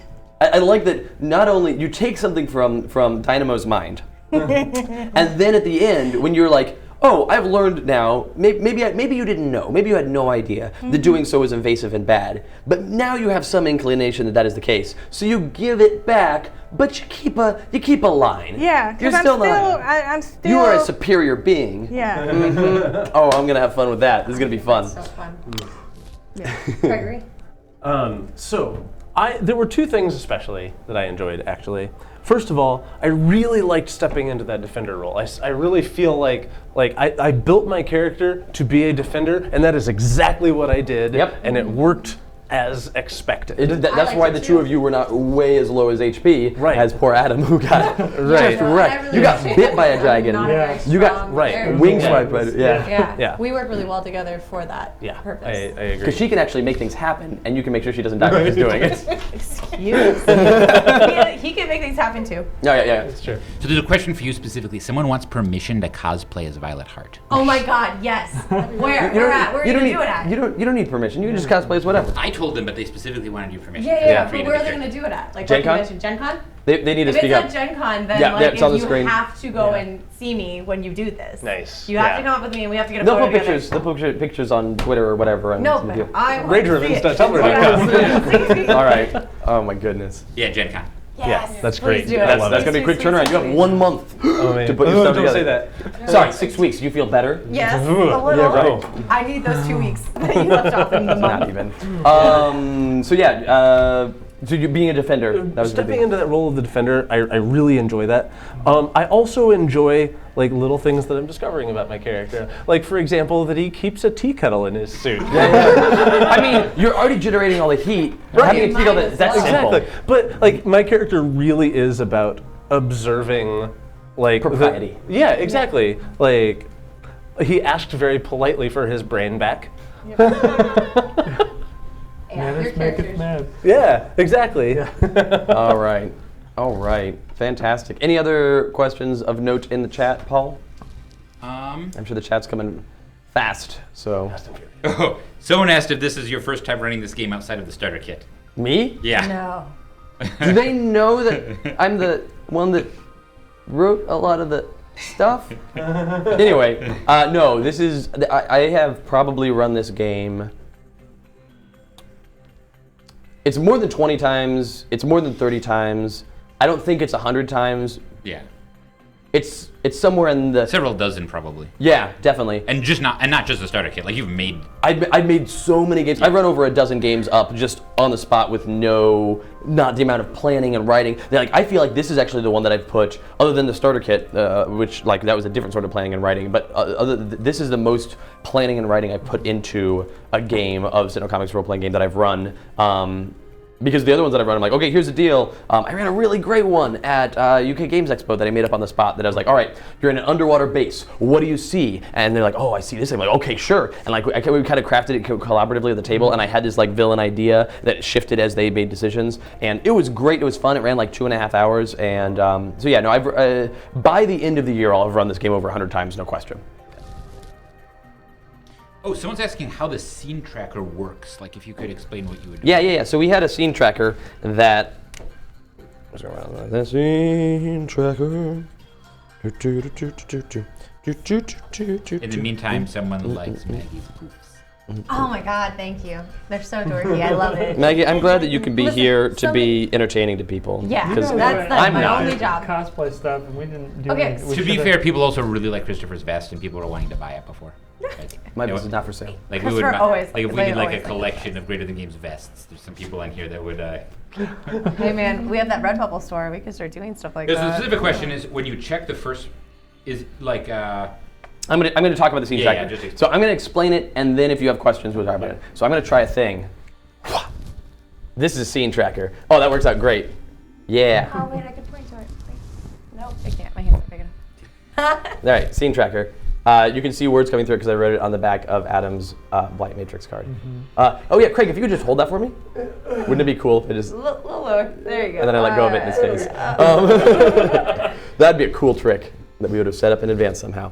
So in the scene tracker, you've got your green zone, your yellow zone, and your red zone. There are scene trackers that come in the starter kit that are much nicer looking, that are like, you can see the green and the yellow and red dots and stuff, but I just do this, green, yellow, red, and these are the lines that are in between the two. Whenever you pass it to the scene tracker, whenever the scene itself takes a turn, it marks off a box. And if there is an environment, the scene tracker goes on the environment's turn. There was not a specific environment for this one. There was just like, hey, here's the area, because I didn't want to deal with the environment stuff for this specific session, but there will be environments in future sessions. Anyway, so green zone, there you go. Now, the laser dragon also could take its action to advance the scene tracker, which it did. It did that twice. But anyway, so yeah, marks off the thing. Additionally, and the laser dragon was a complete villain. It wasn't like a minion or lieutenant. It was a whole villain. Anyway, the scene tracker, let's say we pass it to the scene tracker again and it marks off another turn. Boom, now you're in the yellow zone. You're in the yellow zone because there are no more green zone things to mark off. And so then you go through the yellow zone. Boom, we're in the red zone. Oh no? Oh no, we're out. We're out. Bad things happen. The world explodes. Not necessarily. So when the scene tracker runs out, the scene ends in catastrophic loss and failure for the heroes. What does that mean? It depends. That depends scene to scene. It doesn't necessarily mean end of the world. It doesn't necessarily mean everybody dies, but it means there is some sort of catastrophic loss and end of the scene. The scene is lost, the scene is end. We're moving past the scene. We're moving on to something else. If we got on past the thing, so to go behind the curtain a little bit, if the scene tracker had run out, I would not say, all right, you all die. I would not say the laser dragon flies down through the core of the earth and destroys the world. No, I wouldn't do that. But it would fly down into the earth and fly out in a direction, dig, cut out in a direction so that it could get itself free, destroying a section of the world's mantle as it does so, and flying out through a populated city. That would be awful. It would be horrible. There would be massive loss of life. The thing would end, and we'd be much in the same situation that we are now. Of like, okay, now we got to go on, and we got to figure out where this building is, and we've got to deal with these other things that are going to come up that they don't know about yet. So I'm not going to talk about it. But we just have the blood of hundreds of thousands of people on our hands. Exactly. That there is a catastrophic failure on the parts of the heroes, and there will be fallout that will come out after that. So the scene running out isn't necessarily, all right, you lose the game, game over, everybody dies. It is, the scene ends in failure, and it could be, if it's the big climactic battle at the end of an arc and it's the end of a story, that could be, all right, yeah, you all die, that's the end of this issue, and that's the end of these heroes, and now, like, next time we see these situations, that could happen, but in this one, it would not have, so that doesn't mean it wouldn't be really, really awful. Also, I would not have let you recover between this scene and the next scene if it had ended up going to 0. I would have let you recover up to the max of your current zone, so you'd get like 7 hit points back or something like that. Yeah. But I would not recover as much because like you have to deal with this fallout and like it weighs upon you. Yep. Nice. So there will be both in-story consequences and also direct personal consequences. I hope that answers any of your questions. Any other questions in the chat? I do want to wrap this up, but I don't know if there's any The other. other question is when the next session is. There is a next. Okay, so let me talk about the schedule. whole schedule, Yeah, the whole schedule. Next week, we're doing this again. Next Tuesday. Next Tuesday morning, Paul and I are going live. Oh, how many people did we have? Oh, we got up to like 80 or so. Oh, that's great. Now we're around 60. That's great. Nice. Yeah. Yeah, next Tuesday we're doing this again at 11 o'clock in the morning, Central Time. Paul and I are going live for an hour doing session prep like we did today. Don't watch that if you don't want spoilers. If you didn't want to know about the Laser Dragon and about the arcane sigils and the fact they were going to end up in Mexico City or the outskirts thereof, don't watch it in advance. Learn it along with these people. But if you do want to know and you want to see how some of the GM stuff works, we will have those up later at other times. So you can go watch those later if you don't care about watching them live, but you do want to learn the GM stuff. And we'll have more and more to chat about. Like today's session, we would like, build a laser dragon and talk about the basics. Yeah, so that was the How it's thing gonna go. for you guys to know. I knew that it was going to be a laser dragon. I knew all the things that were going to happen in this session. But I built a laser dragon during GM prep. Yeah. I did not, like all of the stats of the whole laser dragon, those are brand new. Those did not exist. And it just says like armor, infinite hit points. No, that's a infinite- specific thing in the. It's so good. It has you'll find out in the future. Yeah. But anyway, so that's all rules in the game that I followed to do that. It wasn't me just being a jerk. All the things that it planned in advance. I believe you. That's very generous of you. So next Tuesday we're doing that 11 to 12. Then from 12 to 1 we like panic and get ready for 1 o'clock p.m. in which we do another one of these sessions. Now, there are some differences next session from this session. Next session, Paul will be here for GM prep, but he won't be here for the afternoon because he's got to fly out to another event. But we will, I'm guessing, have Chris run the chat. Yeah. So we will still have somebody in the chat responding to you, and you'll get to pester a brand new person and like try to get him into all your in jokes and everything. It'll be fun. So that's next week. The week after that, no game. We're not going to play the game because Maggie's got to go to some convention. Sorry guys, sorry, but if you're going to Dice Tower Con, you can play games with me there. It'll be fun. People could do that. They could. There's that. But that Tuesday, not starting at 11, but starting at 1, we're going to do, it'll just be Paul and I, and we're going to do a live stream that is kind of recap from the last, actually no, we'll start at 11, because it's more of a GM thing. It's not just recap for story reasons. It's recap of, okay, at the beginning, we plotted this whole thing out of everything that's going to happen. Here's what they've done over the last 2 sessions. Oh boy, okay, now we know more how they play. Now we know more about their personalities. Let's adjust things for the next 4 sessions. Then the next 4 sessions, the next 3 sessions will be those next 3 Tuesdays. 11 a.m. is GM prep, 1 p.m. is the session itself, and it'll probably go, what is it, 3:30 now? It's 4 o'clock now. 1 to 4 is a pretty reasonable estimate. We might end a little bit earlier this session. We had to do a lot more stuff at the beginning. Next session, the intro, I think, is going to go a lot faster. But Just anyway, so people know, those are the 10th, 17th, and 24th of July. that is excellent. And just so everyone knows, I'm making notes right here. I'm going to post a schedule for you guys on the internet. And I'll also do a little, schedule as well be posted. You can do some social media marketing Yeah. stuff about this? Yeah. Nice, good idea. I'll do my job. Oh, wow. Wild. Wow. Wild, I know. I never would have expected that. But so yeah, that's those next 3 Tuesdays. Then the Tuesday after that, nothing. Radio silence. What happened? What happened to the thing? Did it end prematurely? Did they all die? Will we ever find out? Only at Gen Con, but also Gen Con Live, because we're torturing Trevor. Trevor is our AV guy. He's awesome. He makes all of this happen. He puts these cameras and these lights and everything, and he makes this work. At Gen Con, we have given him the ultimate challenge, which is we're doing the session 6 of this Saturday night at Gen Con. It is a ticketed event that is not yet sold out. Not quite. It is not quite yet sold out. wow. We have a few tickets left for Gen Con Live. Get in now. Gen Con Live Saturday night, we're going to be doing the final session of this. These guys will all be in costume. That's not happening. They're not going to all be in costume. I'm not I want putting to this suit talk to you together. about this. Okay. We're going to talk about this. Not you, but me and her. I was gonna say, I am not Maybe you, building I this don't know. suit. But I'll be in costume. I'm going to build all your costumes, and at different points, I'm going to like duck behind and come back up and wearing one of your costumes. It'll be great. That's not going to happen either. Anyway, the last session, we're going to be live streaming from Gen Con. We're going to play the last session. We're going to see all the things that happen. There's going to be so many cool surprises that these people have no idea what's coming. I'm excited. And we'll do that there live at Gen Con. We'll do the session wrap up, all of the like end of session stuff. It's gonna be super fun. Please come watch us live if you're gonna be at Gen Con. If you're not gonna be at Gen Con, you can watch it on the internet, on Twitch. Right, Trevor? That's Trevor saying right in the other room. Definitely not him groaning in pain and agony. definitely not crying. Right? No crying. tears. No crying No on tears, Twitch. Trevor.